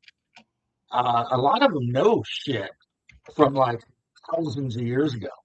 So it is entirely possible if you're trying to find information out about an event that happened 1,000 years ago, your best bet could be to try to find the nearest ghoul warren and make contact with them and hopefully not get killed and ate by it.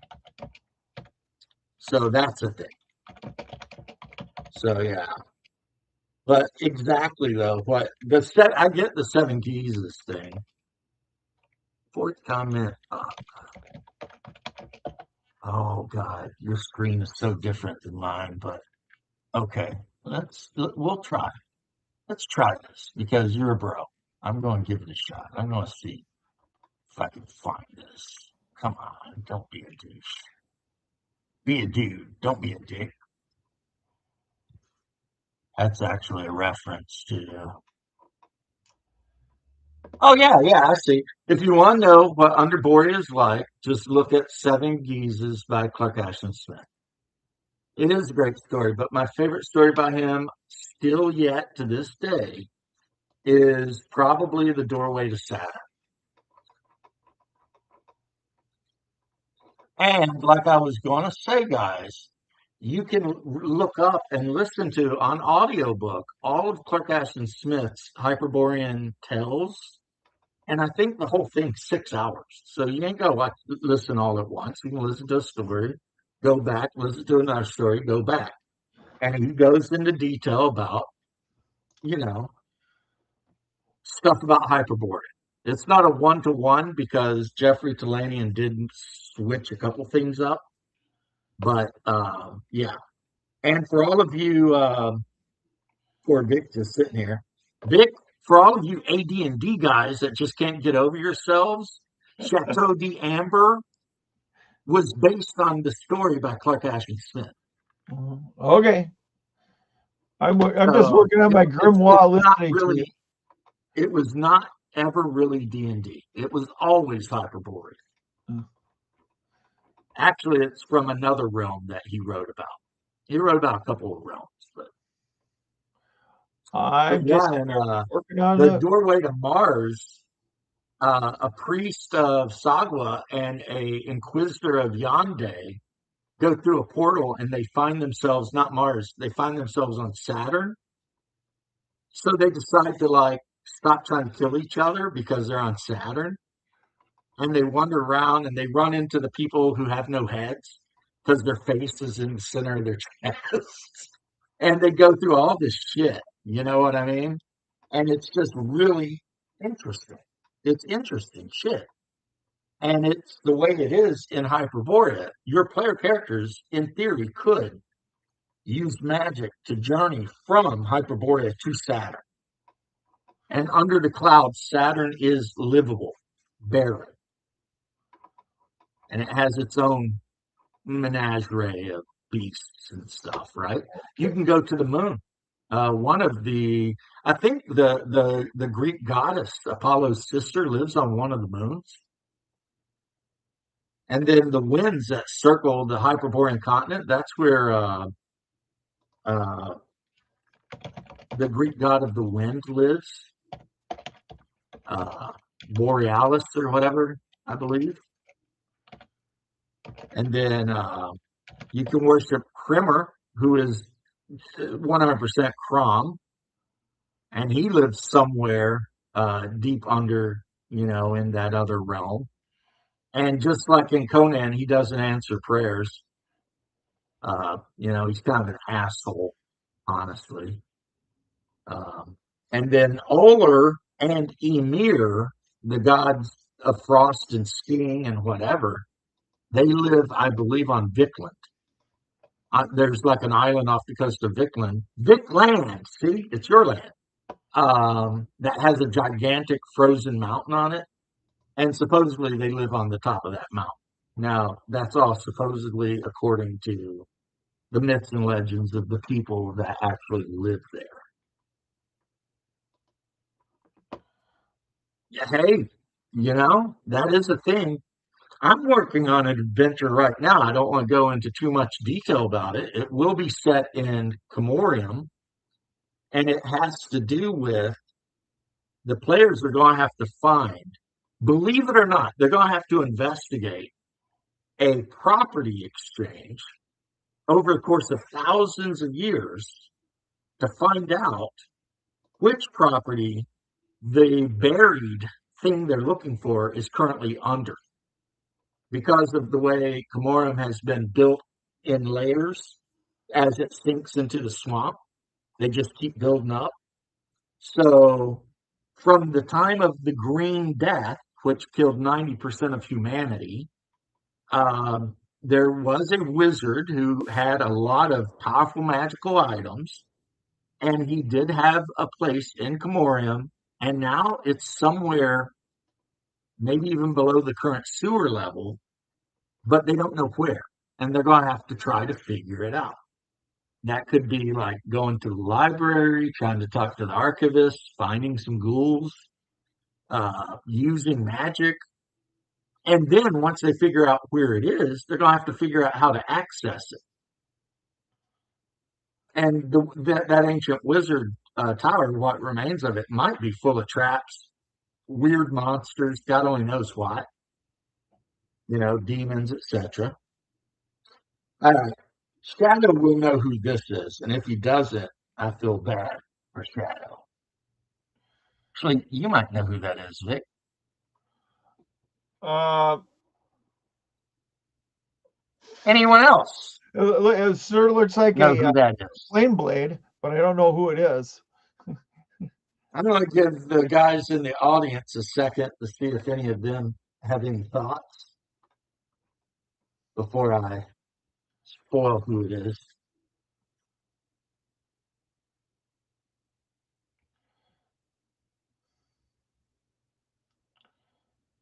Yeah, I need to check that shit out. I need to check Dan's stuff out. He was the one that one night where he was running the game and there was like a multi-channel game of all the people playing Hyperborea, I believe, right? You're right, OGG. That was Elric. I don't even like the Moorcock stories whatsoever, but Elric is cool as shit looking. So I paid the $20 to get me a pre-painted Elric miniature because I'm that guy. Oh, And like I said, uh, my buddy Vic over here didn't get it because I don't know if he was looking quite as hard as he could have been. But I mean, we all know those of us who know who that is. Come on, yes, my love. there's Yes. only one guy that could be right. All right, I'll make myself Clancy a pizza or Clancy something. Brown. All right, all right, all right, all right. Bye bye. I love that too. The Kurgan, which Kurgan is just a name for one of the branches of the Scythian people, the Kurgan. And All right. they What actually did I call it miss? where they buried, huh? What did I miss? They actually, where they buried their kings, they call those Kurgan mounds, you know? So, yeah. So you made a book. I'm going off on Hyperborea. Things are as they should be. Your wife would hate my book. I think. My wife Yeah. or your wife? No, mine already hates it. She's. I brought it to the last D&D session. I got the 139 page one, or actually the 134 page one. The one before this, I mean, I was doing a editor's copy. I brought that to the session. I passed it around, and my players all in unison said, "Don't bring that book out." And I said, "Well, that just makes me want to bring it out more." Right? Because it's got random poison tables, random curse tables, and all the malevolent magic spells and stuff like that. And they're just like, no, we don't want that at our table, including the creatures. So it's got spells, poisons, creatures, magic, and and what did I just say? Spells, poison, magic, creatures, Features. and there's one more topic in there. Well, I changed my mind then because if any of that stuff bothers your players, Yeah. they probably wouldn't like Hyperborea. Well, the thing is that Gygax didn't put anything out for poisons, and I was like, well, why? So I took it upon myself to start writing these poisons and stuff like that, including the cures for each of the poisons. So it's here it is. You can get a natural cure or you can MG, go a magical cure. You know what I mean? But in Gygax's stuff, it didn't take he didn't take into account things like how long it takes for the stuff to kick in. You know what I mean? The poison and stuff. So I put that duration and the starting of the effects I think inside if you look in your first edition DMG, you will find that there is a part in a chapter where he goes into extreme detail about every kind of poison, whether it's injected or ingested, the whole 9 yards. And he's got like type A through like type whatever poison. there. Yeah, that was type X or whatever it is, triple Z or whatever it was. And it I wrote goes into like when it will happen. Yeah, you know what? If it was for everyone, then it wouldn't be as good as it is. That is a fact. See, that's why modern day D&D kind of sucks because they're trying to make it for everyone. And instead, they're making it suck. But Hyperborea is for people who like, grim, a world that's frozen literally for a year every 13 years and a month every 13 months. yeah. And, It's a where page the 20 on light the reflects DMG. off of Saturn. But It's page 20 on the DMG right there, the poison thing. yeah, he Mine's in goes the into a lot of the different poisons. Yeah, mine Like gets a some lot more. poisons, you can actually drink the poison, it won't kill you, but if it gets injected into you, it will. Yeah, I It, went it's through. it's it's wild like that. Yeah, mine James goes through uh the let me see here. Hold on. I gotta pull it up because it's I don't have it in my I didn't have it up because I was working on the Kickstarter. What do you want to call those? The goals. You know what I'm saying? Right. So mine goes through the topical. It goes through inhalation poisons, injection poisons, ingestion poisons. You know what I mean? You can So do you it go all into the detail. right. And it tells you what it is, what you know what I mean, if it's instantaneous or it's not. You know what I'm saying? It's all that stuff. So See, a lot of the poisons in Hyperborea are pretty much described under the monster. yeah, So if you get bit by fire, it will take a number of turns before it starts affecting you, and then you'll start getting paralyzed, and then eventually you'll die right, uh, if you fail your save. So Hyperborea actually does go into the exact efficacy, I think is the word, of poisons, but not in one place, which maybe might be, but under the creature. So if you want to know what a certain spider's venom will do, you just read that entry and right. Well, and then I added, when I was doing the when I did my stuff, I also took the creatures that some of these poisons come from, and I put them in the book um, see that's cool. so that when Like you're the rules of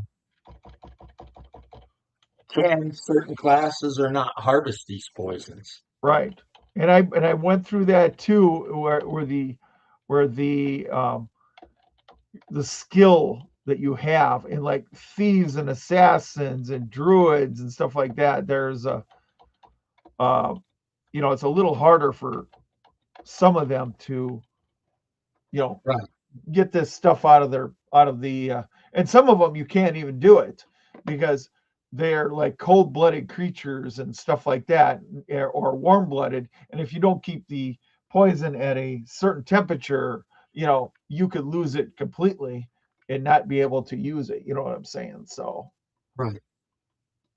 That's cool.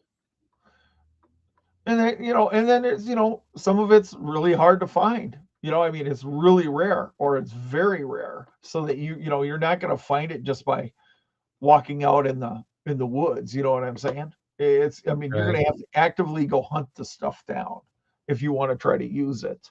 So, We'll you know, see if you guys. I'm going to show you another figure and see if you know who it is. I need to do highlights on this guy though. I don't have it looks like he's got a wolf mask or something on, You're or close, Tiger. a tiger. Don't have any idea. Gladiator. Oh, Remember Tigris the Gaul, oh, who, just so you guys know, because I'm this kind of nerd, yeah, was played by the same guy that played Thorgrim in Conan the Barbarian. So pretty much the quiet guy that had the big ass hammer. right. Yeah, he also played Tigris the Gaul in Gladiator. He played the bodyguard in Running Man, the good one, not the shitty one. Pretty much Schwarzenegger tried to get his bro on wherever he could, right? So Schwarzenegger was not in Gladiator, but he did manage to get his bro on. Yeah, he was the undefeated gladiator until Maximus shows up. And there's only one thing about that movie that pisses me off. And of course, it's something really stupid, and most of you will be like, really? That's the thing, huh? They keep calling him the Spaniard. Maximus is not Spaniard. Spain did not exist. In the time of the Romans, it was known as That's, Iberia. And it's Iberia. Yep. also the Roman province of, starts with an H. Hesperia. Isn't it Yeah. was So is they would never have called him Maximus the Spaniard. He would have been Maximus the Iberian. And yeah, the Iberians during that time were Celts. They were the Iberian Celts. yeah. So Anyways, actually, I he was would I have was been closer related to an Irishman or a Gaul all right. I was than forgetting even the one Rome. thing. I'm telling you my list here: curses, poisons, creatures, magic items, and spells. It's everything that's inside the book. Exactly. See, OTG's got me. Iberian. Yeah, totally different. Yep. Totally different situation there. But I hear you. You got a lot of stuff going on there. I really, though, dislike it when the people making a movie feel like they have to dumb the movie down Oh, that's for me that's to that understand. is that drives me insane because I've read the books and stuff like that, and I watched the movie and I'm like, hold it here, we got to back up the truck. This is wrong. Why did they take Exactly. license to just change the name when nobody would have cared? You know what I mean? Nobody would have Yeah. cared. You know, It's like, hold on, wait a minute. What are you doing? See, an example of that for me that kind of always agitates me just a little bit. One of my favorite movies, I love this movie, is Army, or no, The 13th Warrior, based on Eaters of the Dead. Some of you guys already know what I'm going to say. There were no horses in that book because a group of Desovians or Neanderthals living in caves, where would they keep 1,000 horses at? So in the actual book by Crichton, yeah, there was no freaking horses, not Hispania. It was Iberia, the Iberian Peninsula, actually. And the Spanish language sounds the way it does because they have like a hardcore list. That's why when they say Barcelona, they say Barcelona because yeah, they have just the most hardcore list ever. Barcelona. I'm going to eat shrimp in Barcelona. So get out of here. And it all comes from, believe it or not, this is some stupid info, but before I end up going, there was an actual Spanish king who was much beloved by his people, and he had a hardcore list. So rather than be a way, the people started speaking the way he did, right? And that is why, my friends, Spanish and Portuguese are different. Thank you. Yeah, I am this guy when I play D&D. Definitely this guy. I'm the team player. I try to uplift everybody. I try to make sure everybody's involved and feels like they're achieving stuff. Uh, Now, when I was younger, I was definitely dweeble. I was a power gaming asshole, but I eventually got over it. So there's that. But anyway, oh, I've been painting this dragon. Yeah, it's called a spiked dragon. Eventually, the players will have to run into this spiked dragon. Now, some of you guys are going to say, "Isn't that an ankylosaurus?" No, it's a dragon. I got a Because in dragon snake in Hyperborea and in the Hyborian age, the dragons were just dinosaurs for the most part. I have a dragon snake in my new book. People are gonna hate.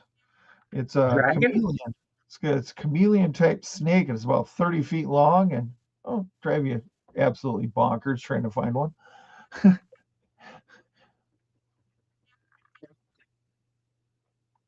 A gigantic dragon that just like, or snake.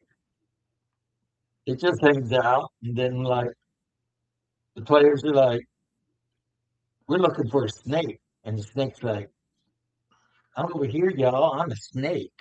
I'm a sneaky snake."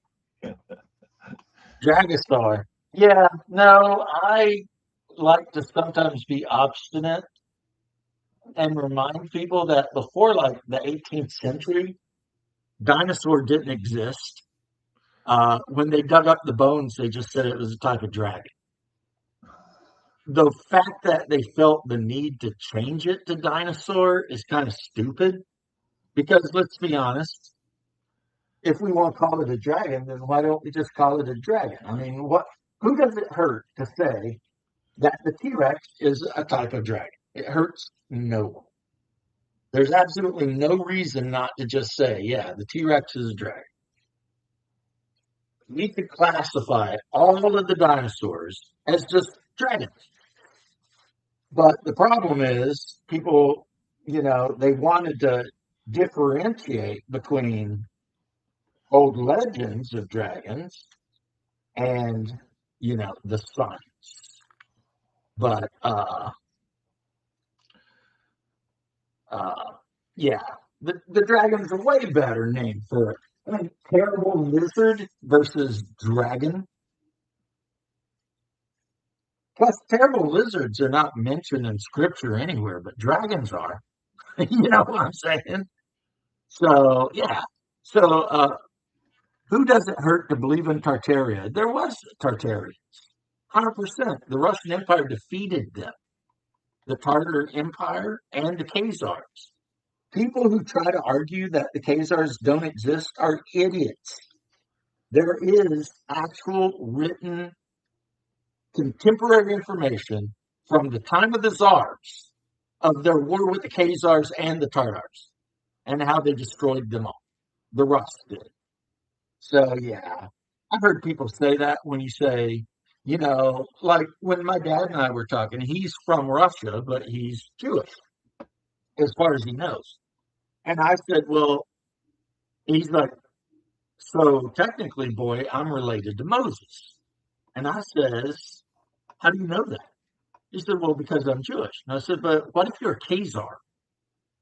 He's like, oh, and he starts trying to argue that the Khazars, and so I had to go back to the whatever and show him where the Khazar, the Sultanate of the Khazar, it wasn't a Sultanate, it was a Khanate. The Khazar Khanate 100% existed, and Tartaria used to control the Crimean Peninsula, right? So it's like people are trying to rewrite actual history that people, all you got to do is read a freaking history book.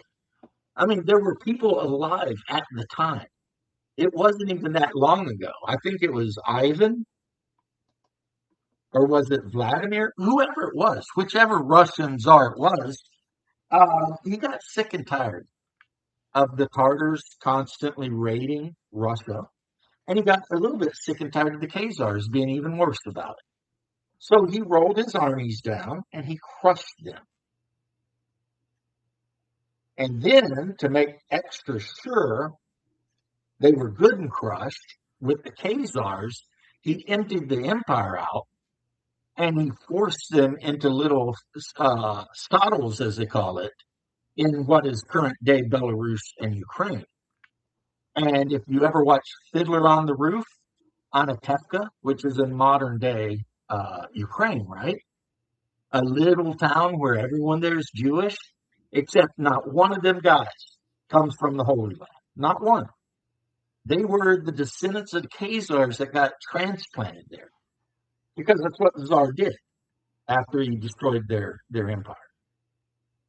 And yes, they did convert to Judaism because on the one side, they had Byzantium, a Christian kingdom, and on the other side, they had the Rum Turks, who were Muslims. And they were afraid if they chose either of those religions, then the other guys would come after them, right?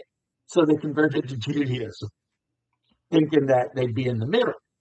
And but it didn't stop them from being horrible raiders, and some people even say possibly cannibals. whether that was the Khazar or the Tartars. I mean, you hear about the Tartars in the 13th Warrior when they're traveling up to Russia from Baghdad, and they see the smoke, and everybody freaks out. They're like, "The Tartars are coming! The Tartars are coming!" And they run, and they get to the river, and the Vikings are there, and the Tartars see the Vikings, and they stop, and they go back, and and everybody's happy because the Tartars 100% were killed and maybe ate them, but the Rus, who are basically just Eastern Vikings, um, like the guy says, will they kill us? Or are they dangerous or something? And the one guy says, who knows? They might kill us. They might let us go. You know. And you just see the Russians and that long ship coming up the frickin' what up, Coochie? How you doing, homie? I hope you are rocking, rolling, and hoochie cooing. Uh, no, we were just having me going on a rant about Tartaria and Khazaria and the fact that both of those existed as Khanates, because both of those people are actually Turkic. So they're closer related to the Penichegs and the Mongols than they ever would be to a Hebrew.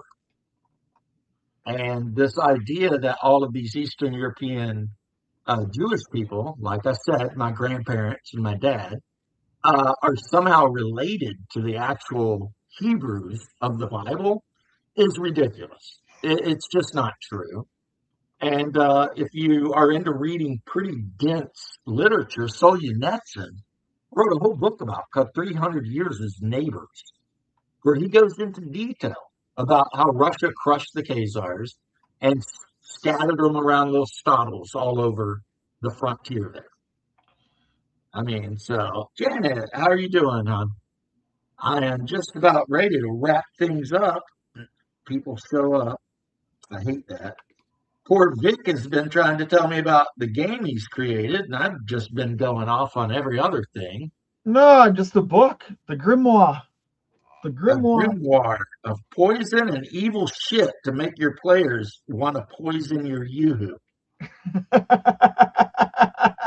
I'm not going to say that's necessarily the best plan, but then No, no, again, no. You know what? Like if I it said, works for you you, pull out I the, you mean, pull be out the good. book, you put it on the table. They look at you and go, "Oh shit!" And then they get it. Then they get a severe case of PTSD, RPG PTSD. I know you don't want to hear it, but that's what happens to my players every time I put the two yellow books on the table. Well, hey, These guys are so terrified.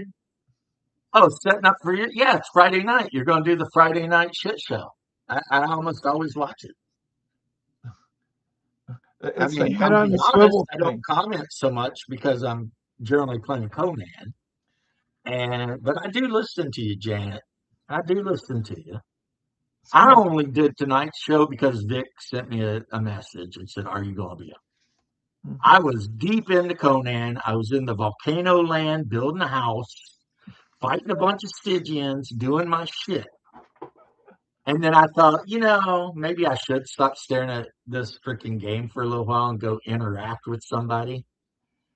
Uh, and so there you go. And like I said, Vic, I have you. I will send you the link. You can post that shit wherever you want. Advertise your freaking con and your books. Use my Discord to do that, and I'll tell people I've never been to one of his cons, but I hear nothing but great stuff about it. So if you live in the Minnesota region, the North, what do they call it? The Midwest.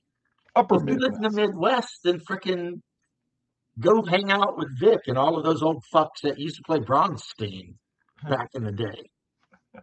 It's a great time. If I weren't a coward, I would go. But I've Well, gotten I such got bad. Rob Kuntz already signed up for 2028. So you're gonna have to get your butt up here.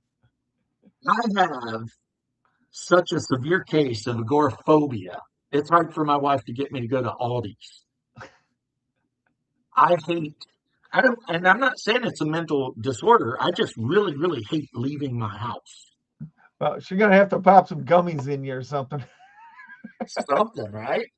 Well, I've actually been weaning myself off. The doctor put me on some pretty bad stuff, clonazepam, and I was on like the highest dose you could be on for a human without dying, apparently. And this is a Schedule 1 narcotic. And I told him, I was like, nah. So I'm weaning myself off of that. I mean, the first thing he told me is do not quit. I'm like, why? And he's like, you will go through withdrawals and it will suck. And I'm like, wait, what? What did you put me on here? Right? And I've been on it for a couple of years now. So I've cut down by 1/3 so far. My total goal is to be unmedicated eventually. You'll Love get there, politics. James. Um, All right. like Well, you know what? OTG, You pushed me over I my don't love sub. politics because I am partially aligned with the Emperor of Mankind and partially aligned with Generalissimo Francisco Franco. So for most people's politics, I'm just a bit too far right.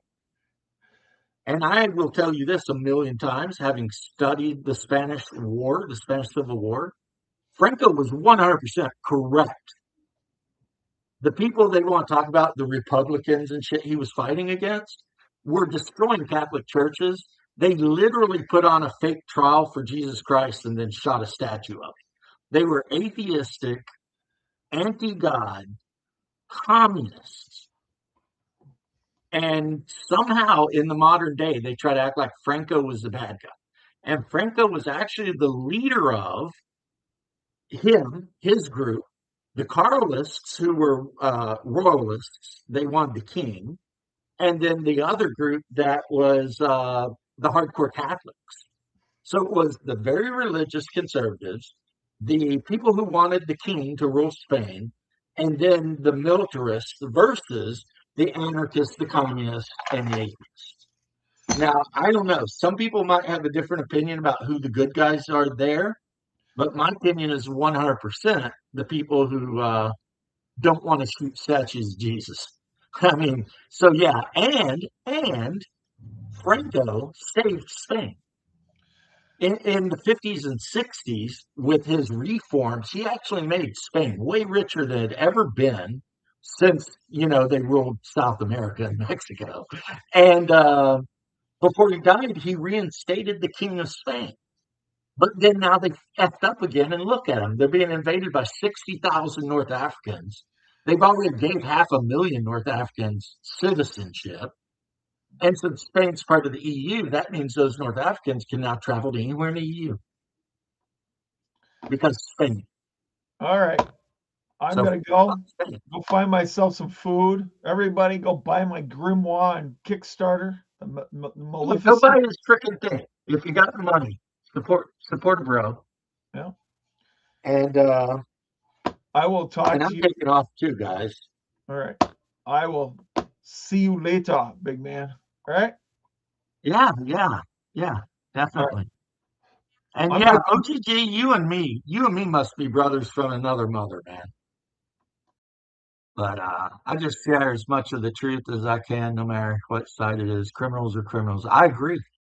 And it's like I said, when people get into the Epstein stuff and they're like, blah, blah, blah. And I'm like, look, I don't care if I love a politician. If you prove to me that he was there doing some shit, I want to see him hanged. I have no tolerance. I'm not going to like, how certain people will they'll overlook Clinton and all the crazy shit we know for a fact Clinton done, and they'll be like, "Oh no, oh no." I'm saying, look, we know he did some shit. How is he not hanged from a tree right now? How is that not a thing? How is any of this happening? You know, the crime happened, and we know who the victims are. So how have the victims not told us who the perpetrators are? And then, logically speaking, how have the perpetrators not been punished? How is this a thing? You're probably right, Steve. And that's the kind of shit that makes me fluctuate between being a straight up monarchist or uh, just being anti-democratic at all, because I'm starting to feel like the idea of voting for your leaders is a bad idea because the majority of the people voting are stupid. You know what I mean? And also, as a government system, we waste so much money on people getting elected because, I mean, we finance their elections. And it's like, okay, so the rules can change every 4 years in this country, right? If we had a divine monarch, whether, whatever, however we want to figure that out, I vote for me, honestly. Well, then you would have a stable government for the duration of that man's life. And if he raised his children right, when his son or daughter become the next monarch, you would have another stable run of government. This is why monarchies,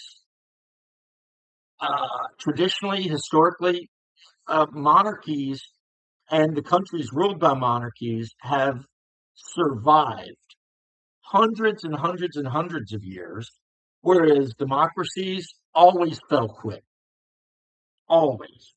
And I'm not saying anything new. Frickin' Socrates said this shit. Yeah, the idea of a democracy is mob rules, and though we were a republic at one time, um, I don't know if that's working anymore, right? I don't think it is. Because the idea of a republic is I vote for my representative goes somewhere and does what I want him to do.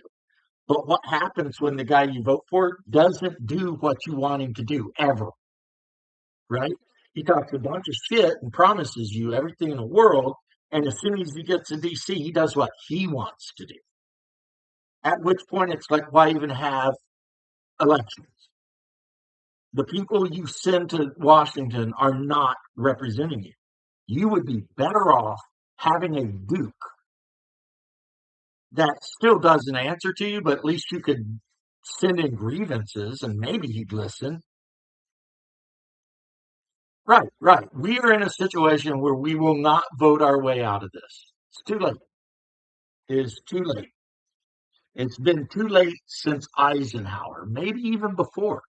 There are some people out there that will argue, and they're probably not wrong, that it has been too late since 1864.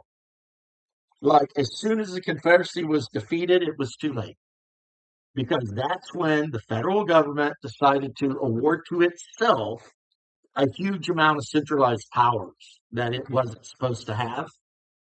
And immediately it became too late. Now, me personally, I am a combat vet. I like to think I'm a patriot. But the United States of America, as it currently exists, needs some help. And I'm not sure who's going to do it, but I'm telling you guys right now, somebody needs to, because this shit's getting out of hand. You know what I'm saying? Yeah, that's what kills the republic. People need to remember that, Sarah Huckabee. See, I have a problem with the Huckabees, and it is that religiously they both ascribe to the Schofield Bible, and that is a heretical text. And that's why Mike Huckabee and Cruz and people who are part of the Southern Baptist, whatever Confederation or whatever they call it, that's why they say stupid shit like "He who blesses Israel will be blessed by God," and if you insult Israel, blah blah blah. They're always trying to, because these idiots have been misled, and they're thinking Israel the country, and not Jacob who become Israel. Right? The idea of blessing or cursing Israel referred to one man in the Bible, and it has been that way for damn near 1,800 years. And then some idiot in the United States wrote his study Bible, and all of a sudden, half the Baptists in America believe that Israel is somehow a divine thing. So they don't worship Jesus, they literally worship the nation state of Israel. Even though Jesus Christ himself said there's only one true Israel, and only one true group of Jews, and that is the church. The church. So, as an Orthodox Christian, I'm here to tell you guys, if you want to be one of those true Israelites, one of those true Jews or whatever, you become a member of the Orthodox Church. Otherwise, I don't know. Yeah, when you listen to Fools the Mob Rules. And the problem with, they always want to get rid of the uh, the system where you've got your electors and shit, which would turn the United States into a straight democracy. And they always say, oh, that's the best way.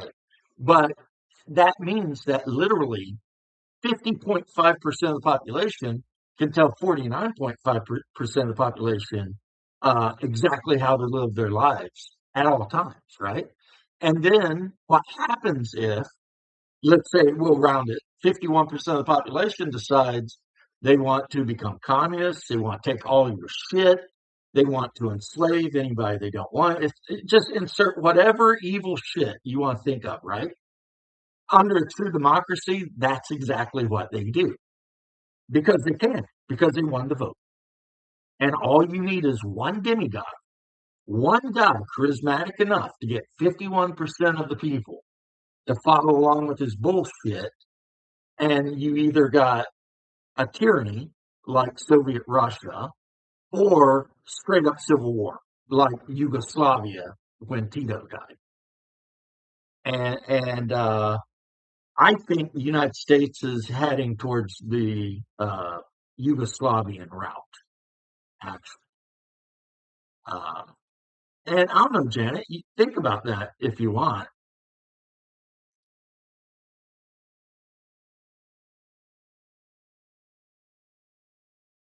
Yeah, the problem with that statement, Janet, and I don't want to get too involved with theology, is judge not lest ye be judged. There's a whole rest of the passage where it tells you to judge. Yeah, I could actually grab my Greek Bible and show you. It's like you shouldn't judge people if you're an asshole, sure, but at the same time, God gave you wisdom to discern evil from good. And to take it even further, when you see your brother or sister doing evil, you are supposed to tell them they're doing evil and to stop. Otherwise, and this is ancient church doctrine from 2,000 years ago, you become guilty of the sin, right? If somebody is doing a sinful thing and you tell them, oh, no, it's okay, whatever, you are as guilty of it as they are. Because no, it is your job to tell your brothers and sisters that what they're doing is wrong and that they are risking their soul, right? And as far as the other part, I don't judge people on how they worship Jesus. There's only one right way to do it. And the scripture is 100% clear about that. So are the traditions, and so are all of the early church fathers. Here is the thing, and I know this is not popular opinion. The more you study Christianity, the more you realize orthodoxy is the correct path.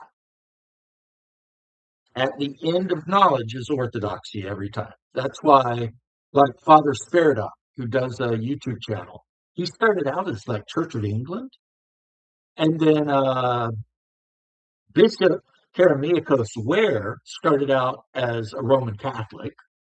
One of the other big bishops, Seraphim Rose, started out Jewish. Um, One of them was actually the son of a Baptist evangelist, but as he researched the Bible and went farther and farther back, all of these men, including myself, who was raised Jewish, the further I research back, it only comes to one answer. There's only one answer. And the reason this is important is because in the modern day, I know I'm preaching, and I'm sorry, you hear people talk about my truth, but there isn't your truth. There is the truth. And you are either with the truth or not. You don't get your own truth. You don't get your own reality. You don't get your own Jesus. You don't get any of that shit. There's one Christ, there's one truth, and one church. Boom. Slam the mic on the ground. Sorry, I got a little passionate there. But yeah, you had four sisters.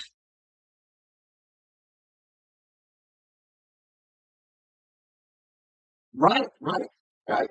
You're right. There's at least three pointing back. That is some good homespun wisdom. My grandmother might have said, right? However, how many fingers were pointing at Jesus when they nailed him to the cross? Hundreds, maybe thousands, right? And I 100% agree. Don't go to your brother and bitch at him because he's got a speck in his eye and you got a plank in yours. All of those statements are telling you to straighten your ass up. They're not telling you to ignore the sin of your brother. They're telling you to straighten your ass up. Like the old statement, make sure your backyard's clean before you bitch about your neighbors. So what you're supposed to do, if you believe in the scripture, is straighten your ass up and then make sure other people around you know what's up too. But the problem I think with a lot of Christianity is it's lazy. You know, orthodoxy is hard. Being Orthodox Christian is difficult. You F up every day. You live by rules that no one else would even dream of living by. And, but to be like, say, evangelical, whatever, you think because you got baptized when you're 13, and I'm saying you just as people, um, just because you got baptized at 13, you're saved forever. Once saved, always saved. Bullshit. You can lose salvation 100%. You can get baptized and a year later become a drug addict and go out and grape some woman and maybe murder a bunch of people. And if you don't repent, you are not saved. This idea, also confession, something the Roman Catholics always get wrong. If you confess that you cheated on your wife and then go and cheat on your wife, the confession doesn't count. It only counts if you stop doing it, right? So you hear a lot of times you'll hear these Roman Catholics, they'll be like, I ain't worried about it. I go to confession on Sunday. That's not how it works. It's not how it ever works. And I do love my Roman Catholic brothers, but if you think that going in that box is going to make you just pure and clean of all sin, yeah, you are wrong. You step out of that box and you start acting a fool again. And you're right, we're all sinners. It's a fallen world. That's six. That's like a damn. I'm getting the big numbers. I remember a long time ago, I used to be able to put in never a lot, but 20 plus. I mean, I never did like, double D where I could get like hundreds of people in, but I could always get a pretty good crowd in. I don't know if like I pissed a bunch of people off or what happened, but my viewership dropped. But what's weird is my subscription numbers go up. So apparently, somewhere in the world, I gain about three or four new subscribers per month now. Somewhere in the world, there's 3,000 people subscribed to me, and none of them um, show up to the live streams. And I think what the problem is I need to make more 15 to 30-minute content about games. I used to have hundreds of videos where I reviewed every game. And I went off on a lark and deleted them all because I'm an idiot. And I need to remake them all. Sit down one day for like 2 hours and crank out four reviews. I could easily do it, maybe even eight if I do 15-minute reviews, and then put them out every day at a time. Yeah, I could totally do a month worth of 15 minutes per day videos about Hyperboard, just going through every chapter of the book. And that's what I need to do. Since I stopped making content so much and just started streaming all the time, my numbers have tanked. And it's because I guess I'm just not very charismatic. And yeah, and people like shorter content. I'm going to do that, Stephen. You won't see me do it until they're released, but I'm going to do it. Hopefully, I'll get it right. And if I don't, you can sick Dan on me. Dan, I believe you said his name was. But hey, though, you sent me a little smoochie. To you too, Janet. I hope you're doing wonderful. And I definitely hope you don't think anything I said is like a castigation of you. It's an opinion, you know? It's like I said to the atheists, who knows? If the atheists are right, it's going to rock for me because I'll die and I won't have to worry about all the bad shit I did. You know, it's like that would actually be kind of a comfortable thought if they were right. I just do not think they're right. But peace and love to all of you, and I'll see you next. And yes, Stephen, I will do that. All the classes, everyone.